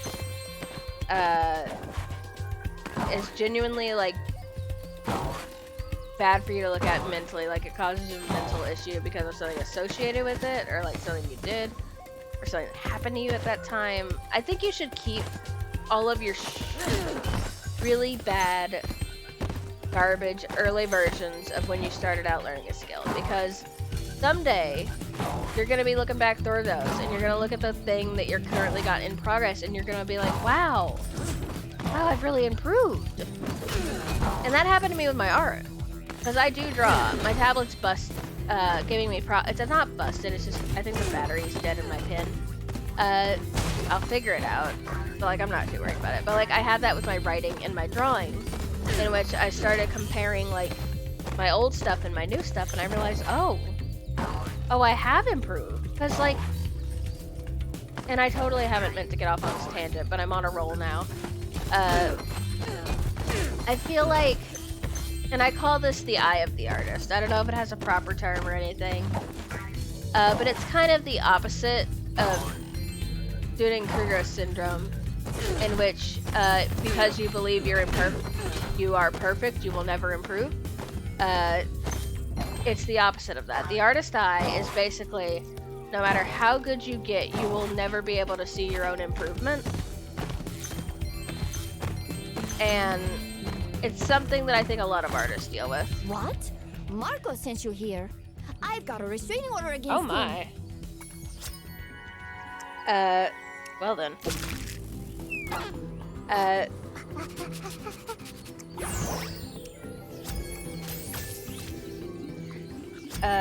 What was I saying? If you see Marco, please tell him I've moved out. Absolutely.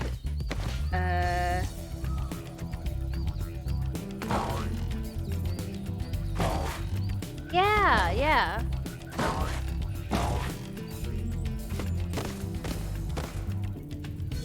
Yeah, you get exactly what I'm saying, Mac. You get it totally.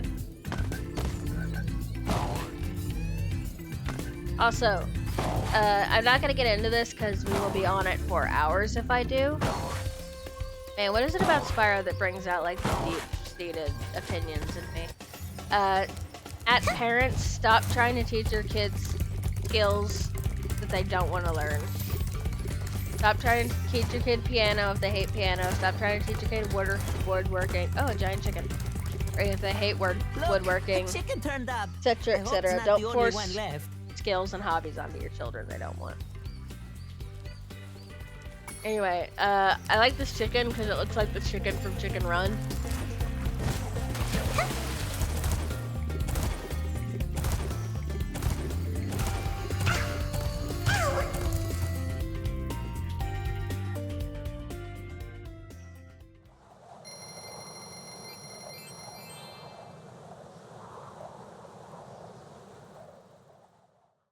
I don't know.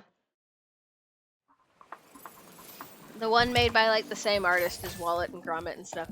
Yeah, I think a good chunk of the cutscenes are going to have Ember with Spyro's voice, so apologies.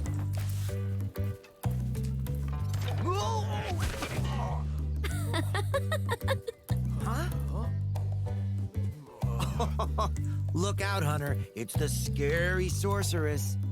I've warned you already. His This expressions place isn't actually safe for small transfer really well dragons to and the homemade pussycats. Ember bottle edit. Thanks, but I think we can look after ourselves. Try looking after this. The girls are fighting!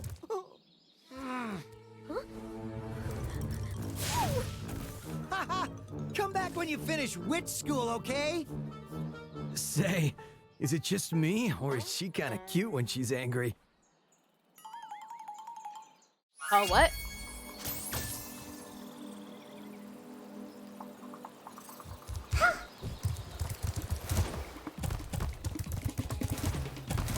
I have no idea.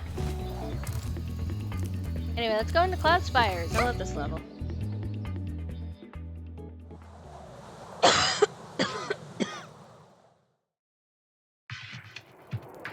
Now, if you like track bangers, you're gonna love this.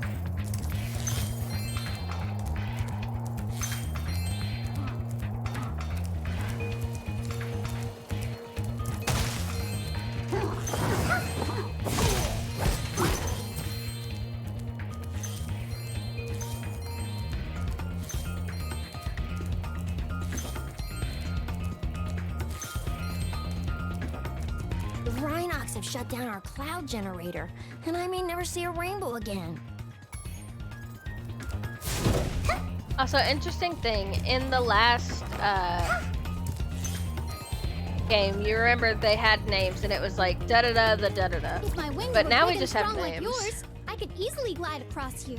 But I'm just gonna assume these little guys are like pixies. Oh goodness, Valkyries.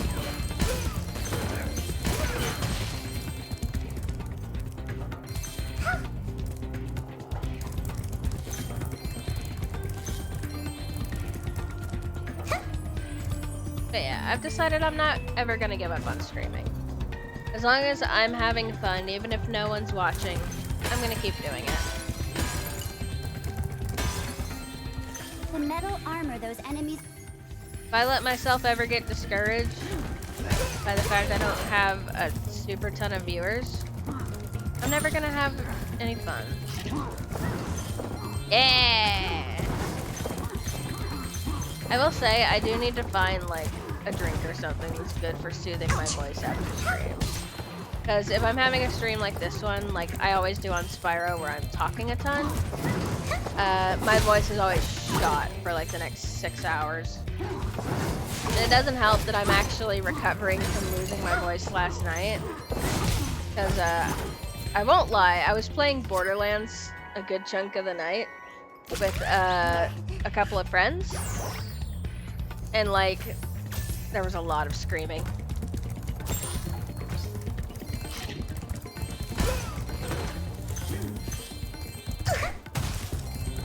Borderlands fun though. It's something I would never play on stream because it's just too vulgar. It's just not the sort of vibe that I want for the Chili Bar channel. But it's a fun game.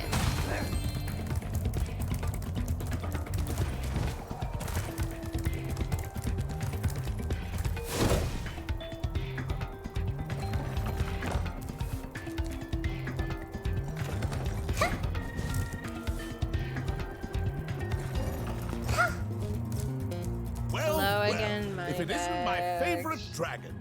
The sorceress has put me in charge of guarding these bellows. However, I might look the other way if I was distracted. Counting gems.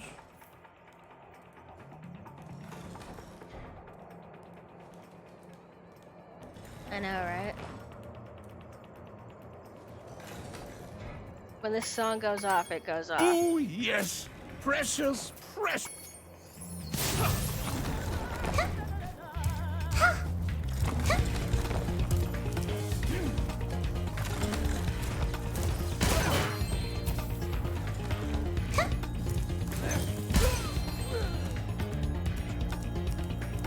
Remember, to get your longest glide, press the jump button at the very top of your jump, and use the action button to hover at the end of your glide. I know more than you.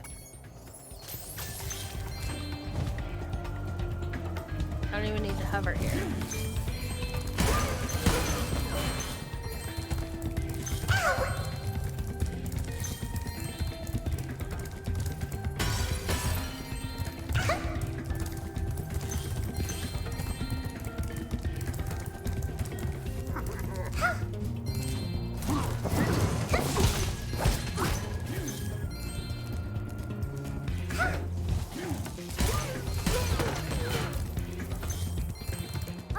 you activated the bellows.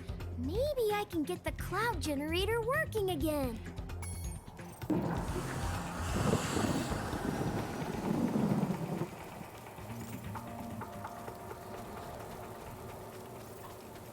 The Rhinox must have been using this thing to clog up the cloud generator.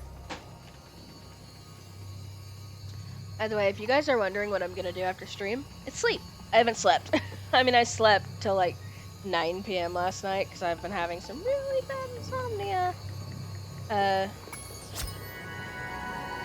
This existed before the horse show, Bunny. I mean, not the reignited version, but the original.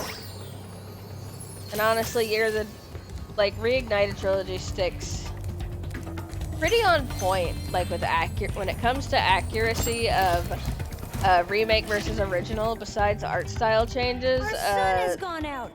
We can make a new one with our lava fusion cauldron. Step on this game stays like pretty on point about it. Wow, first you guys want me to make it rain, now you want me to make a sun. Make up your minds. Like, seriously.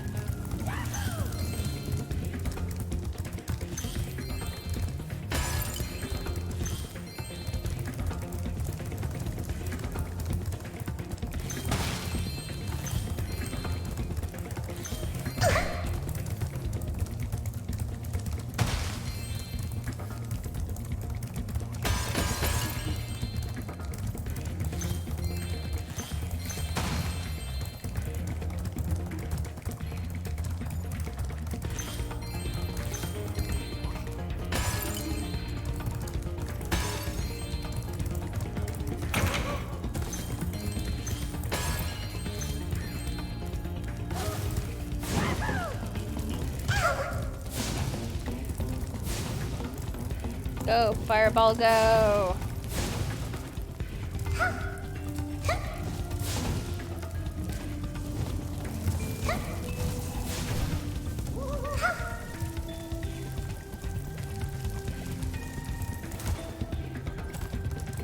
Food.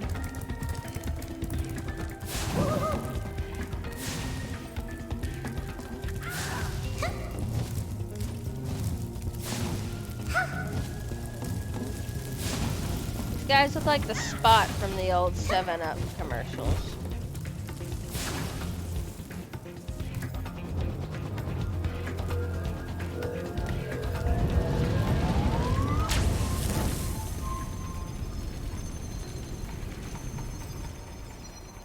Now that's what I call a sun. Here, you can have this last sun seed as a souvenir. I think it might be a dud, though. Lulu.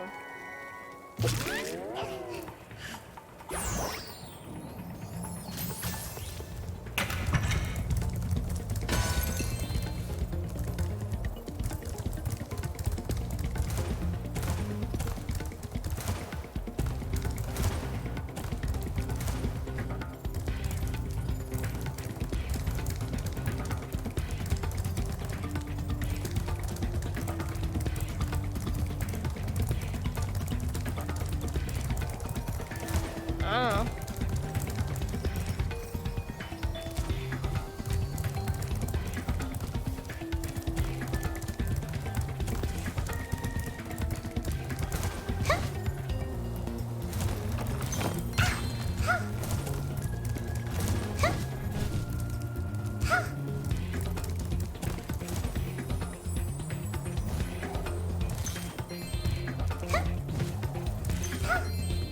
I love this implication that we're above the cloud layer, but there's clouds above us. 2 cloud layers.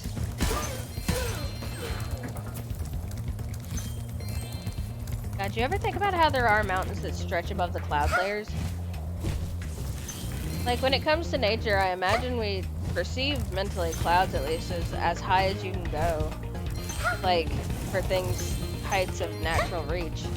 Then you got just mountains being like, nah, I'm going past the clouds, bro.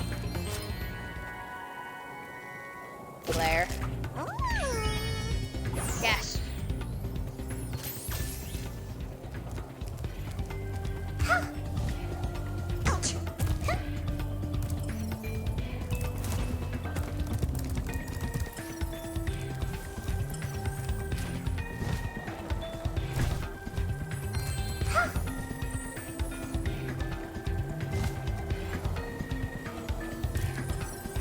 Straight up. Okay, so fun fact. You see how Sparks is pointing there?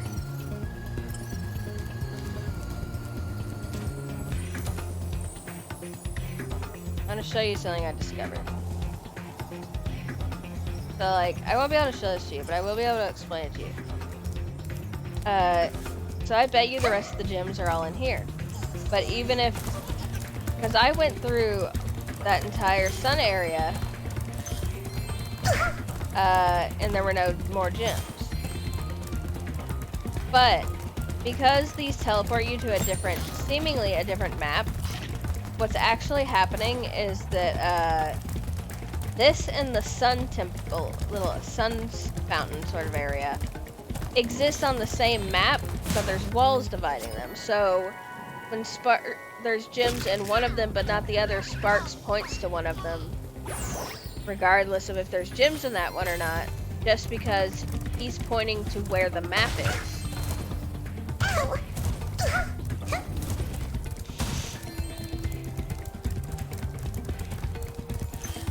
And I think that's a super interesting glitch, honestly.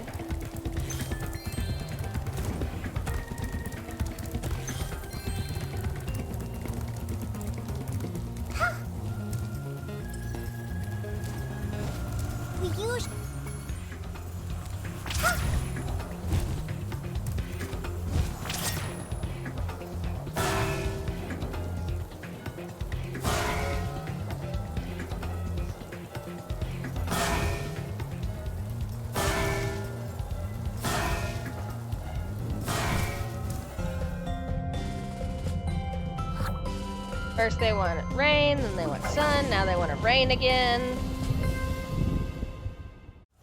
Do you want this doodad? It fell out of the belfry.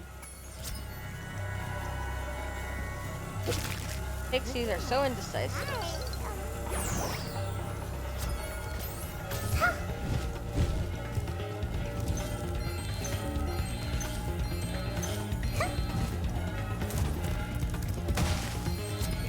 Yeah, see, I told you.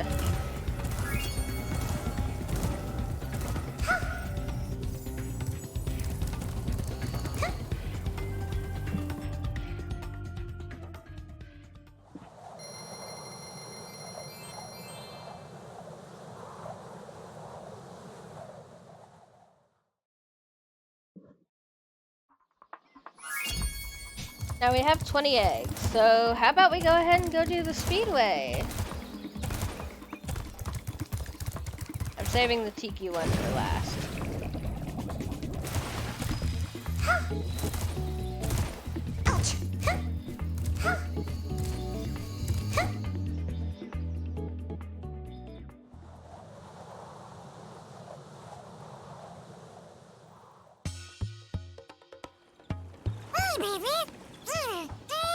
Mac is having just the time of his life with this music.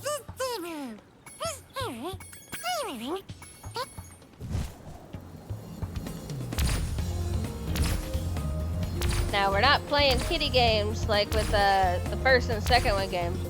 Now, there's no more getting extra time when you defeat an obstacle. Now it's like, that time, that's what you get. Go.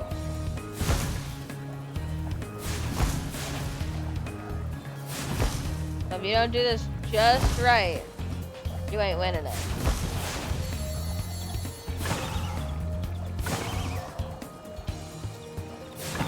Luckily, I am a master of the Year of the Dragon speedways. At least the time attack trials.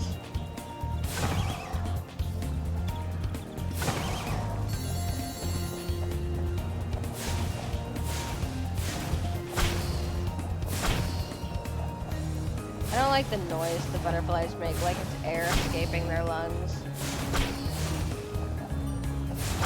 You guys know moths don't have mouths, by the way? They just kind of slowly starve to death and hope they mate before that. Oh, I've never failed that one before. That's what I get for gloating.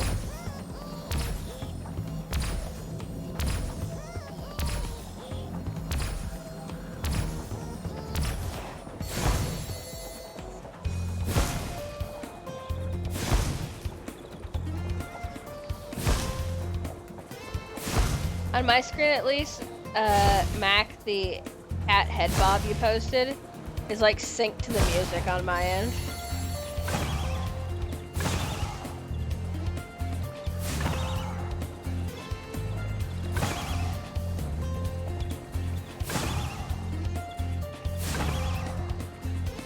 Anyway, I know how I messed up with the butterflies, honestly.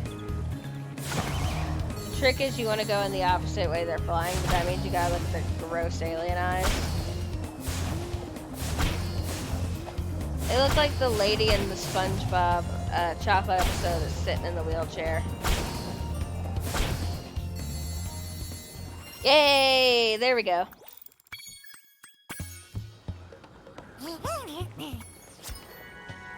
Sabina!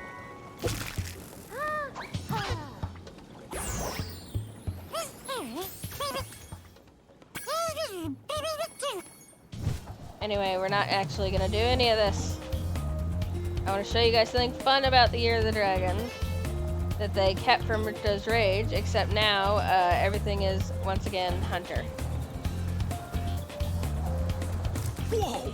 You have to find him hidden in each. Saucers just came out of nowhere and started black. Looks like I'll have. You have to find him in like each of the shipping ridiculous so loud. There's nothing I can really do about that. Sorry, guys.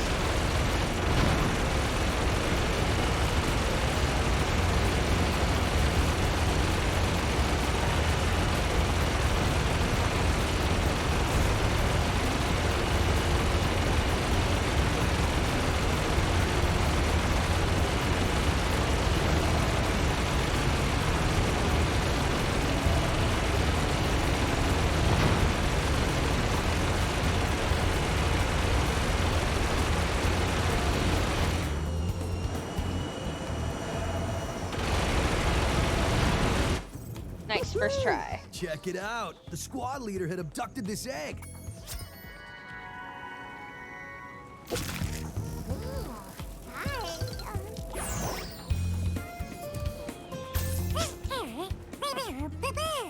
Poor as hell. Now let's race the butterflies.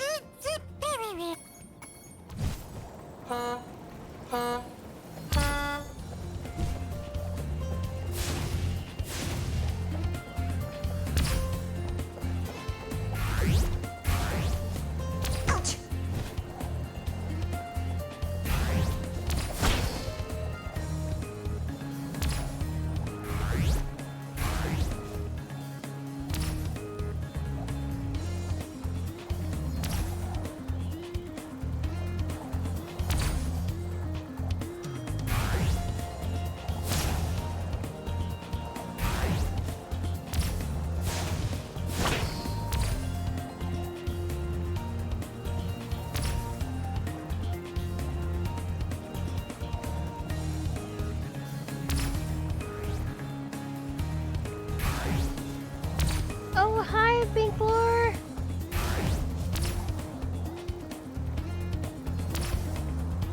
You're just in time. We're finishing up Mushroom Speedway and we're about to go over to Seashell Shore. You know, if I can catch up with the first place butterfly.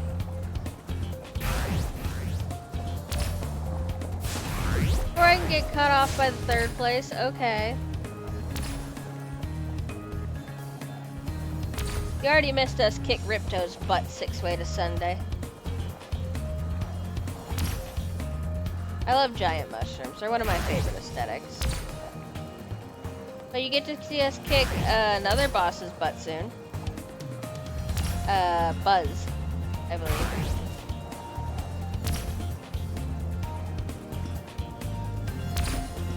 And you also get to see lots of cute baby dragons, because this is Year of the Dragon. We gotta rescue all the eggs from the Sorceress.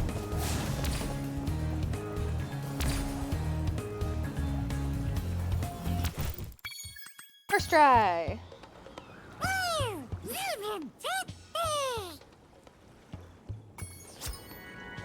Done! Oh, baby.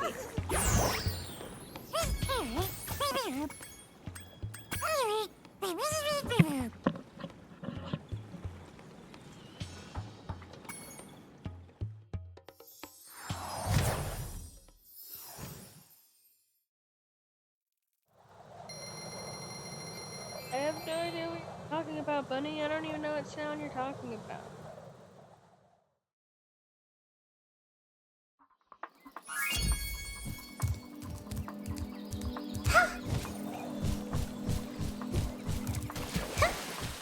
Yay! My portal is working. I'll see you at the beach. I don't know.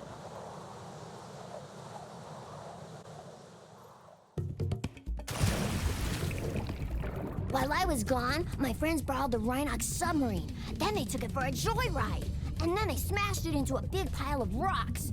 Oddly enough, the Rhinox failed to see the humor in their actions and stuffed my friends in the jail cell behind you.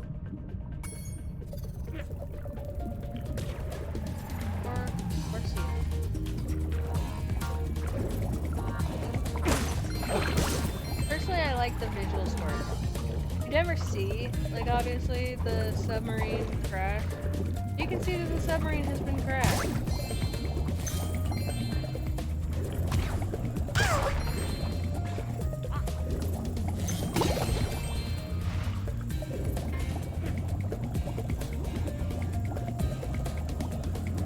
Oh, whoops.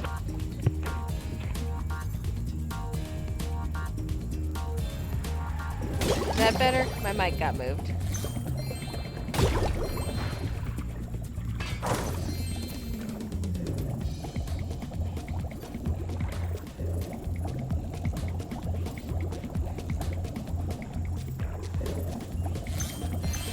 Okay, cool. Yeah, I won't lie, because I am prone to inner ear infection. I will occasionally, because I don't really need to hear anything in the Spyro game. Like, I'm not gonna get killed if I don't hear a certain sound cue. It's not a horror game. There's no rhythm games or anything. I will occasionally just have to drape my headphones around my neck with the mic in front of my mouth so that I don't get an ear infection from wearing them too long. Streaming is a dangerous job when you are just rife with health problems like I am.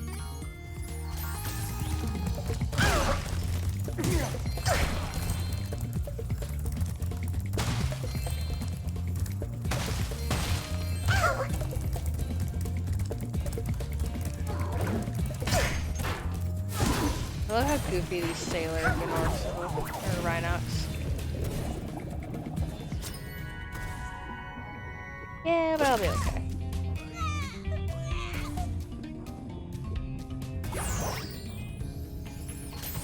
I've lived with it. That guy's in a Speedo. I've lived with it so long that I'm just like used to it, you know? It's just something I live with. Kind of like my chronic pain.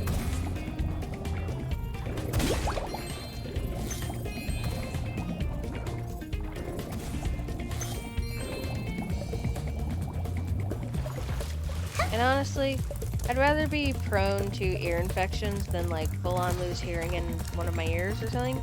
And that's no like offense to, you know, people that are born like that or develop it later in life. It's just a matter of if I don't take care of my ears and I lose my hearing, I'm going to go insane because my anxiety. Oh, this might be TMI, but I have a phobia of silence. And if I could never hear anything again, I think I would probably keel over from a panic attack because of that phobia. I'm not sure if there's a proper term for the fear of silence. But basically when things are dead quiet, like not even the buzz of technology, I'd go into a panic attack.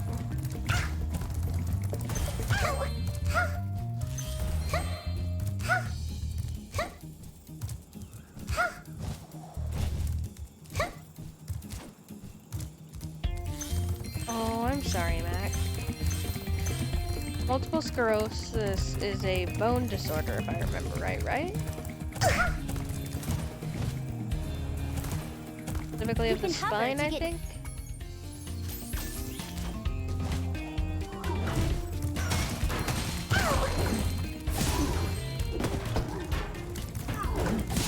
And of course, you don't have to answer that. You don't have to give us any more information on your medical stuff.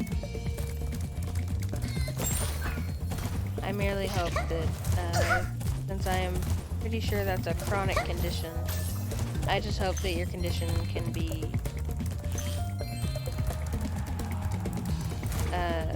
like, eased as much as possible in a way that you can live comfortably, because you deserve that. You're a good person. You're nice. I like you. I mean, I would hope that anyone, good or bad, like, suffering from a medical condition, honestly, would be, like, eased to the point of being able to live comfortably. Because I feel like, good or bad person, that's, like, just a basic thing, right?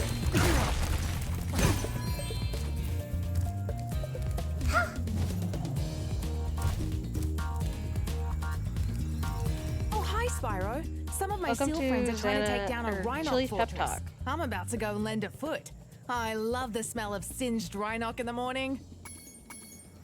Welcome to Chili giving weird life advice and talking about human rights. Oh, yeah. Sorry, my mistake. I must have been thinking of scoliosis. My grandmother suffers from severe nerve damage, so I know how rough that can be, especially during the colder time of the year.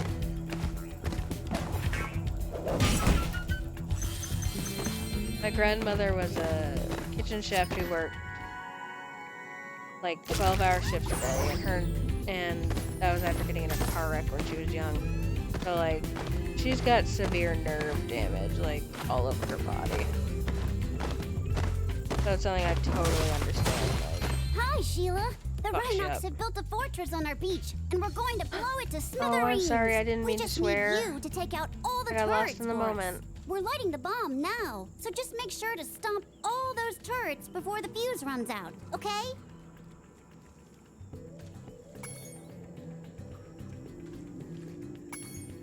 Oof. I am so sorry, Beck. Again, I hope your condition can be stabilized so that you can walk comfortably. Oh, so I read that as a track of different parts rather than attached to.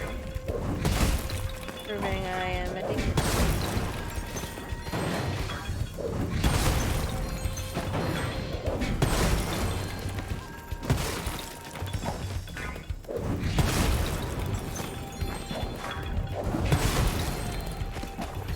Oh no, it's something I'm actually very interested in. Like, not like your suffering with this specifically. That's not anything anyone's ever like obligated to talk about. But like, while I've never had like the brain power to be a sterling doctor or anything, the medical field has always been extraordinarily fascinating to me, just because it's interesting to me what the human body can like survive being put through, whether by its own like poorly designed immune system. Because like, if you compare humans to like regular animals, I don't even want to say regular animals, we're regular animals technically, but you know what I mean, to like animals in the wild and stuff. Like, we were just not designed to survive. Our spines, our teeth,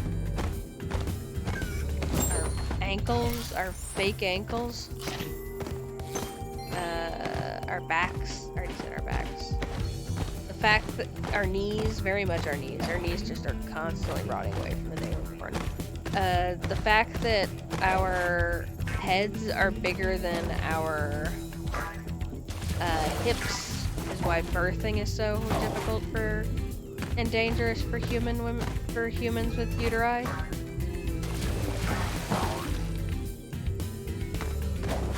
This has gotten into a very interesting stream. Why does Spyro always do that? It makes me existent. I think it's because I've played Spyro so much to the point that I've memorized it that my brain wanders in really weird places. Yeah, Mac, you never have to worry about bringing on a bumper subject. I don't mind, and I find the conversation in.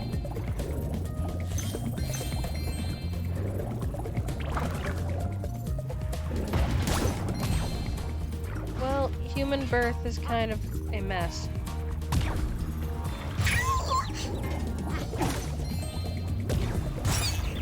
Oh, fun fact, and I'm not going to get into it because it's not family friendly. But the reason we actually, yeah. The reason,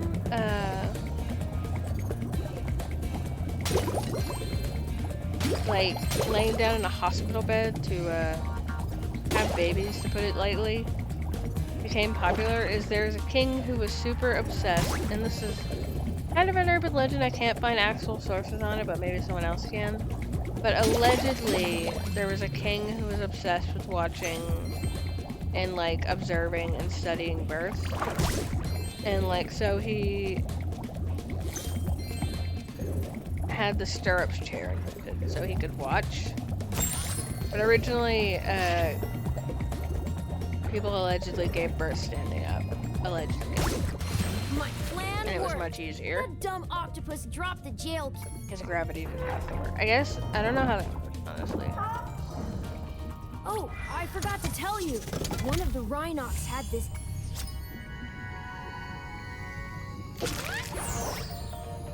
Yeah, but like, they originally had like birthing chairs and stuff, and it was like, they were comfortable, but like, the reason birth was so easy is because gravity took care of half the work.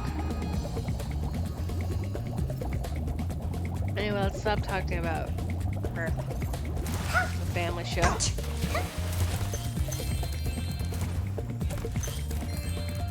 Does anyone have any random fun facts to share?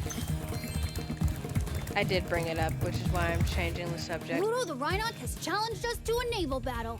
Our Guy's purple. speedboat versus his nuclear shark submarine. If we win, we'll get the dragon egg he's guarding. If we lose, we'll have to spend a month doing kitchen patrol. That's actually me doing a head bash when I go swim. What do you say?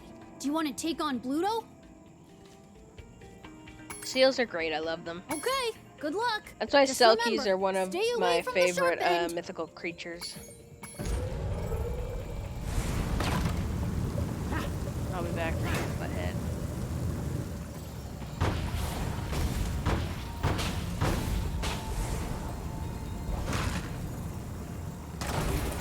My wife has some beautiful opinions on Selkie and their functionality as creatures. My favorite thing that I know a couple other artists share in this idea, and it's really great, is the idea that even in their human form, a Selkie's human skin patterns will reflect their like fur patterns as a seal, and like the tone and color, and I think that's really cool. Also, it's an opposition, kind of like a reversal of the,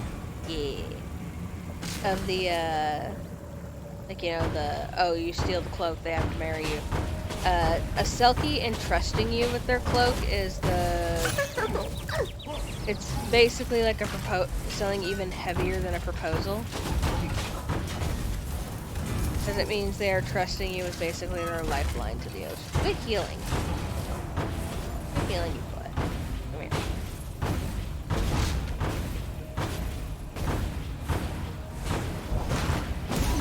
Like that.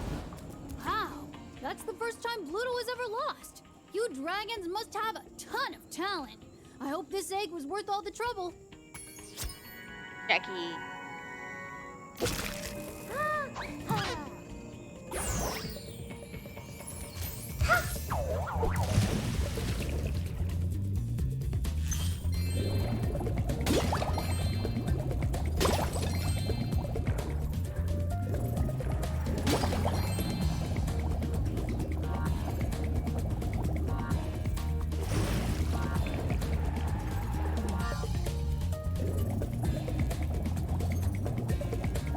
I would, you know what? Probably. I actually recently, and it just came in yesterday, bought a pillow for that, for putting under my wrist on my little table where I've got my mouse.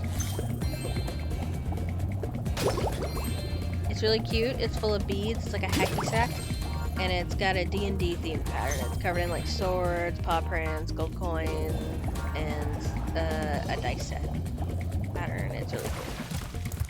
I love dice. I collect sets of dice, I won't lie.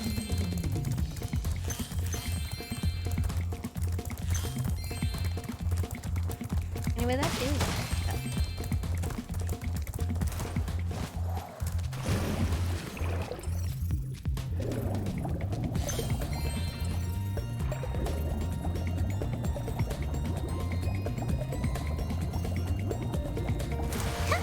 Oh, I haven't, but I have seen Wolfwalkers. I really do want to see Song of the Sea, though. And I believe the creators that you're thinking of, Mac, are called Cartoon Saloon. And they also recently came out with a dragon-themed movie called My Father's Dragon that I really want to see. I know. Mac, I don't think you're gonna find a song in Year of the Dragon that you don't want to bop to. They all bang, they all hit. They all groove.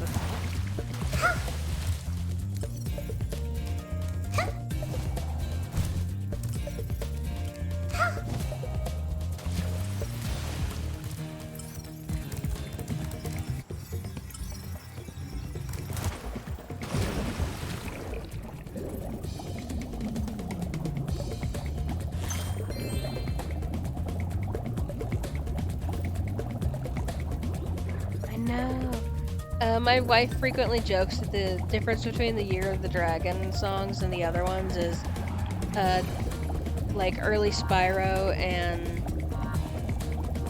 Yeah, early Spyro and Ripto's Rage are like songs you play at a party or like a D&D game. Year of the Dragon makes you want to go speeding down the highway.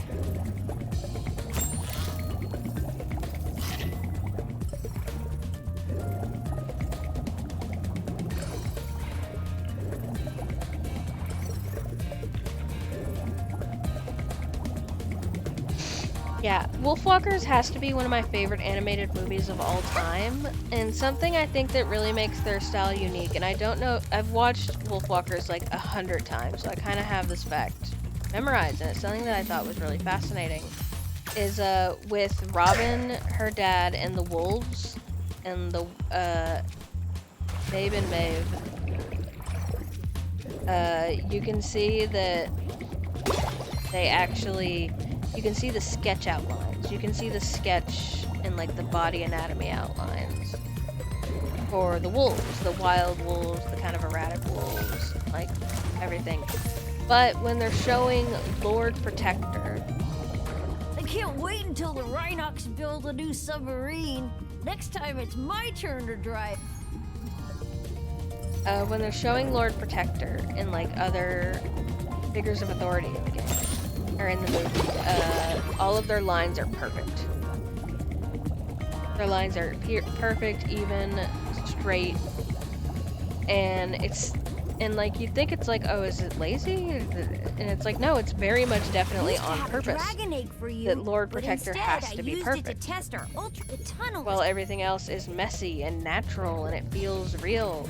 Lord Protector stands out as this perfect imperfection in a world of normalcy and process, where he has just decided what he is and that is perfect. Another detail you might have missed in the ending is they definitely steal his horse, and the horse is much happier now. Anyway, Wolfwalkers is good and everyone should watch it. I also like how they do not hold their punches and how terrible the English were to Ireland.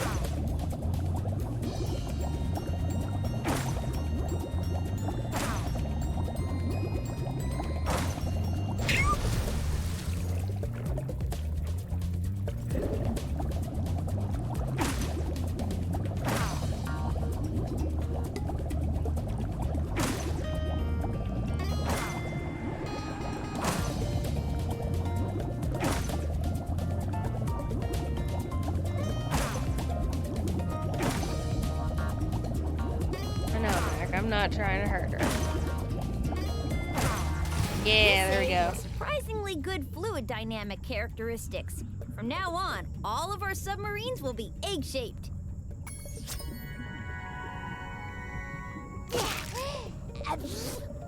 Oh, baby sis.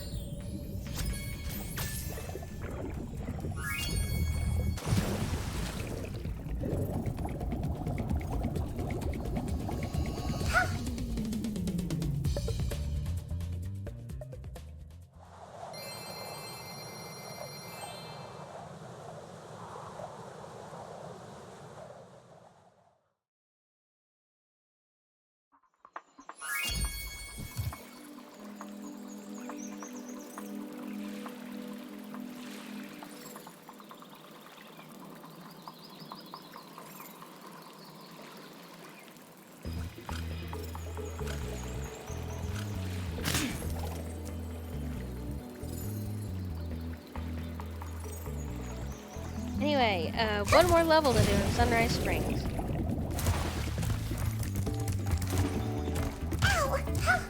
At last, my portal is working again. Come visit me at the Tiki Lodge.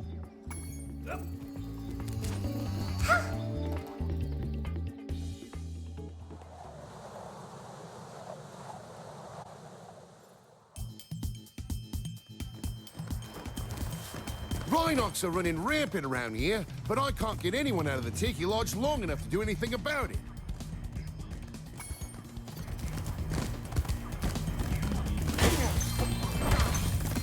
Do not question why he there's not actually a lot of Australian as far as I can tell. I think it was just like the outsourcing for this game made more goofy accents happen.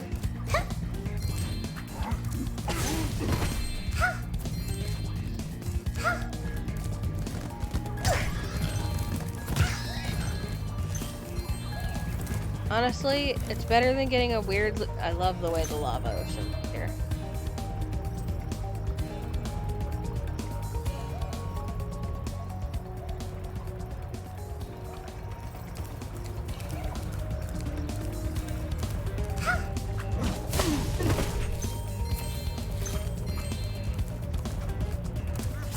Better than them doing like a mildly racist Hawaiian accent, quote unquote.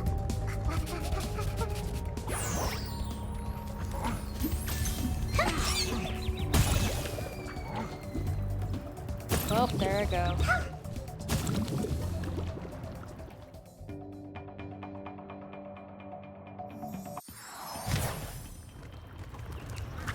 Oh yeah, Leah, Oleander, if you look. Look, I got a donation. You can see the little cookies you drew in my jar. Mac donated. They are a gift. I know, right? There you go. When climate change is setting in, but the billionaires still want to golf, what it'll look like.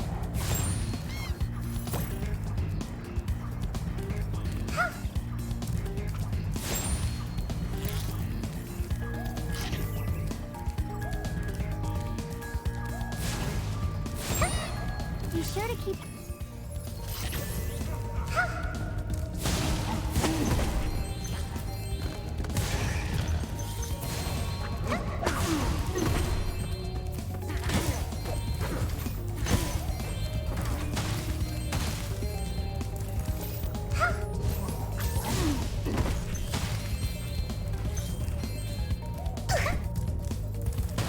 I'm not trying too hard to get all the gems because we are going to have to come back here. So I think I'm going to rush through, just get what eggs I can and come back. Here, take this.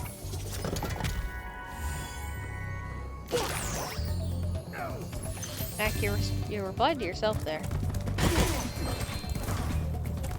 Spyro, you're just in time. Thank you, I guess those egg thieves are going to get what's coming to them. We hate moneybags in this house. We hate him. We hate him. Are you the dragon looking for all those eggs? Because I...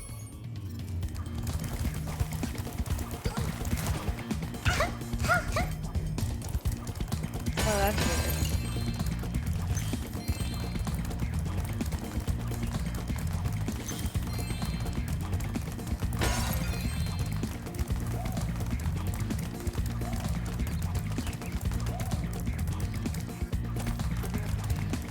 Anyway, I'm probably gonna get to mid. I'm gonna try to get to Sergeant Bird, finish him, come back, finish this. And then we'll probably call it for the day, because I am sleepy. Moira, I always love that. Hey, there goes another one.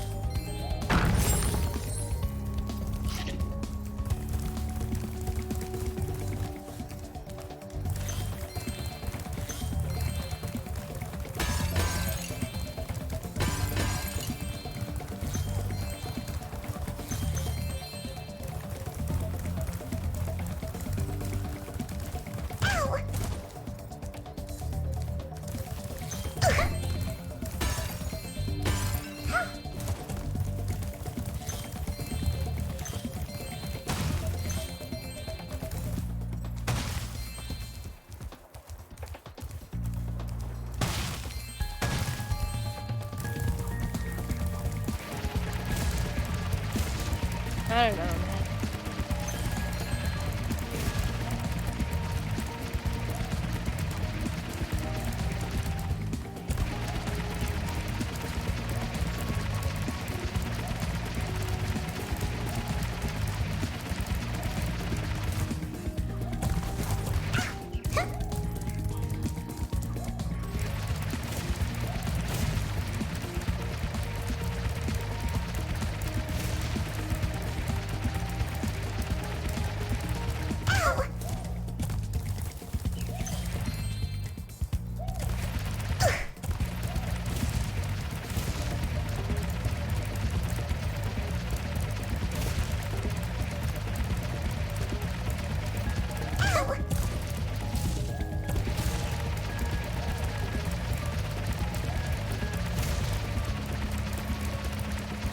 I thought I might actually have to call it after the boss battle.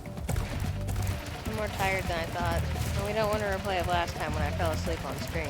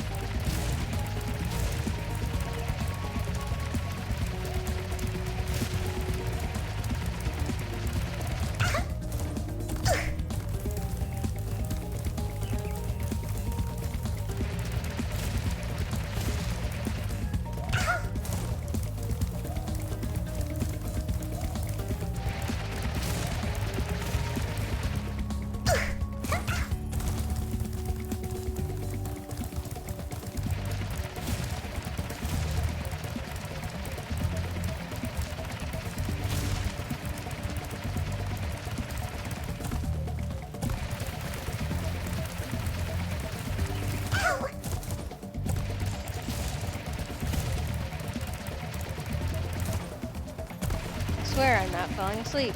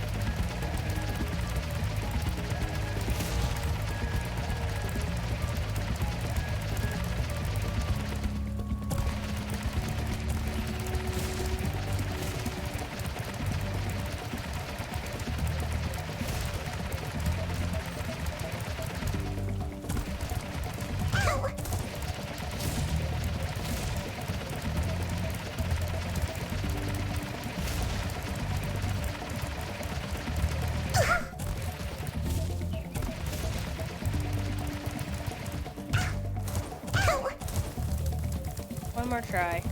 Then we'll just come back here next time when we've got the thing we need to finish this level.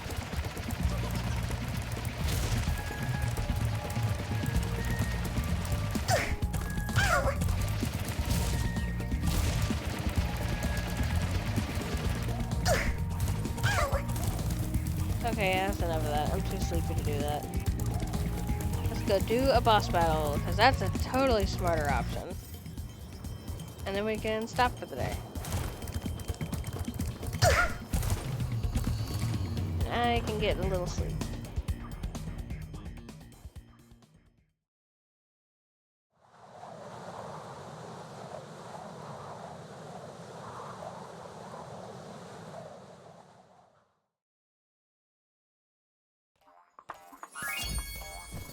Let's head on over to the balloon.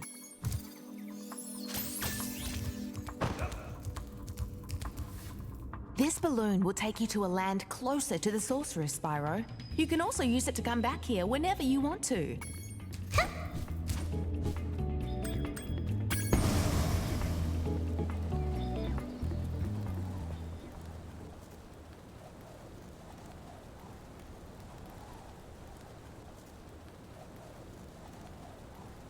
Okay, we're gonna beat this guy, then stop for the day. Listen carefully, you stupid girl.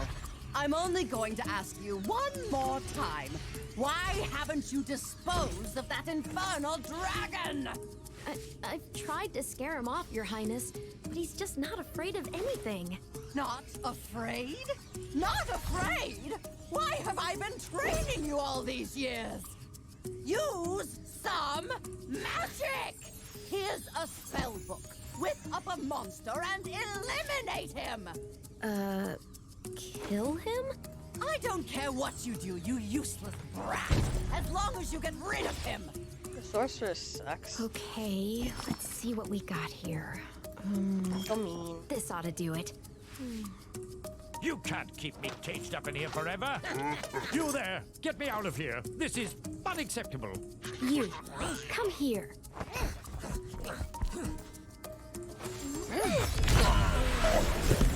Oh my.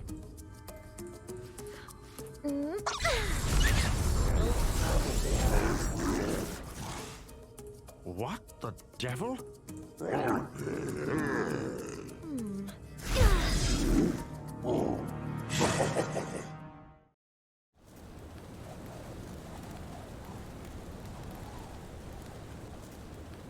Let's just hope I'm conscious enough to beat this boss battle. When I heard that Sorceress was planning to ambush you,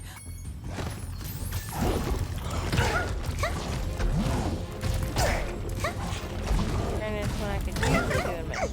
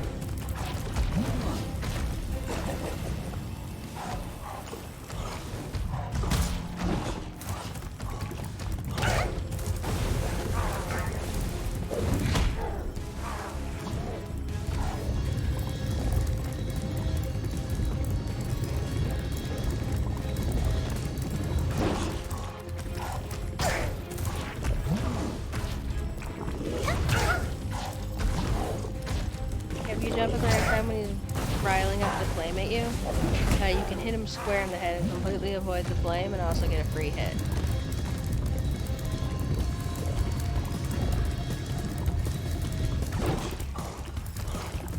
It was good to charge him. Wait for him to open his mouth and bam. We did it! It's the first area of Spyro Year of the Dragon 90% complete. We still gotta finish up Tiki Lodge. Next time. But for now, go to Midday Gardens and then we'll finish up.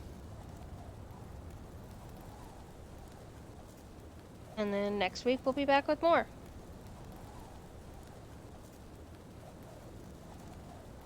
Honestly, if I wasn't so tired, I'd go longer.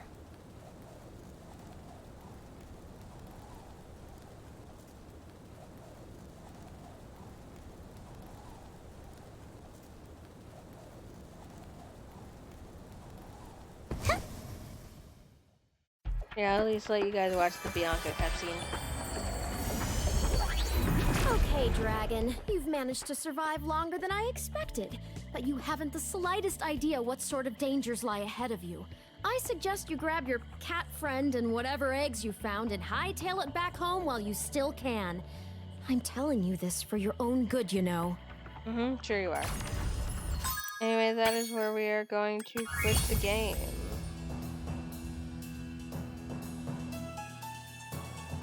It has been a delight having you all here today.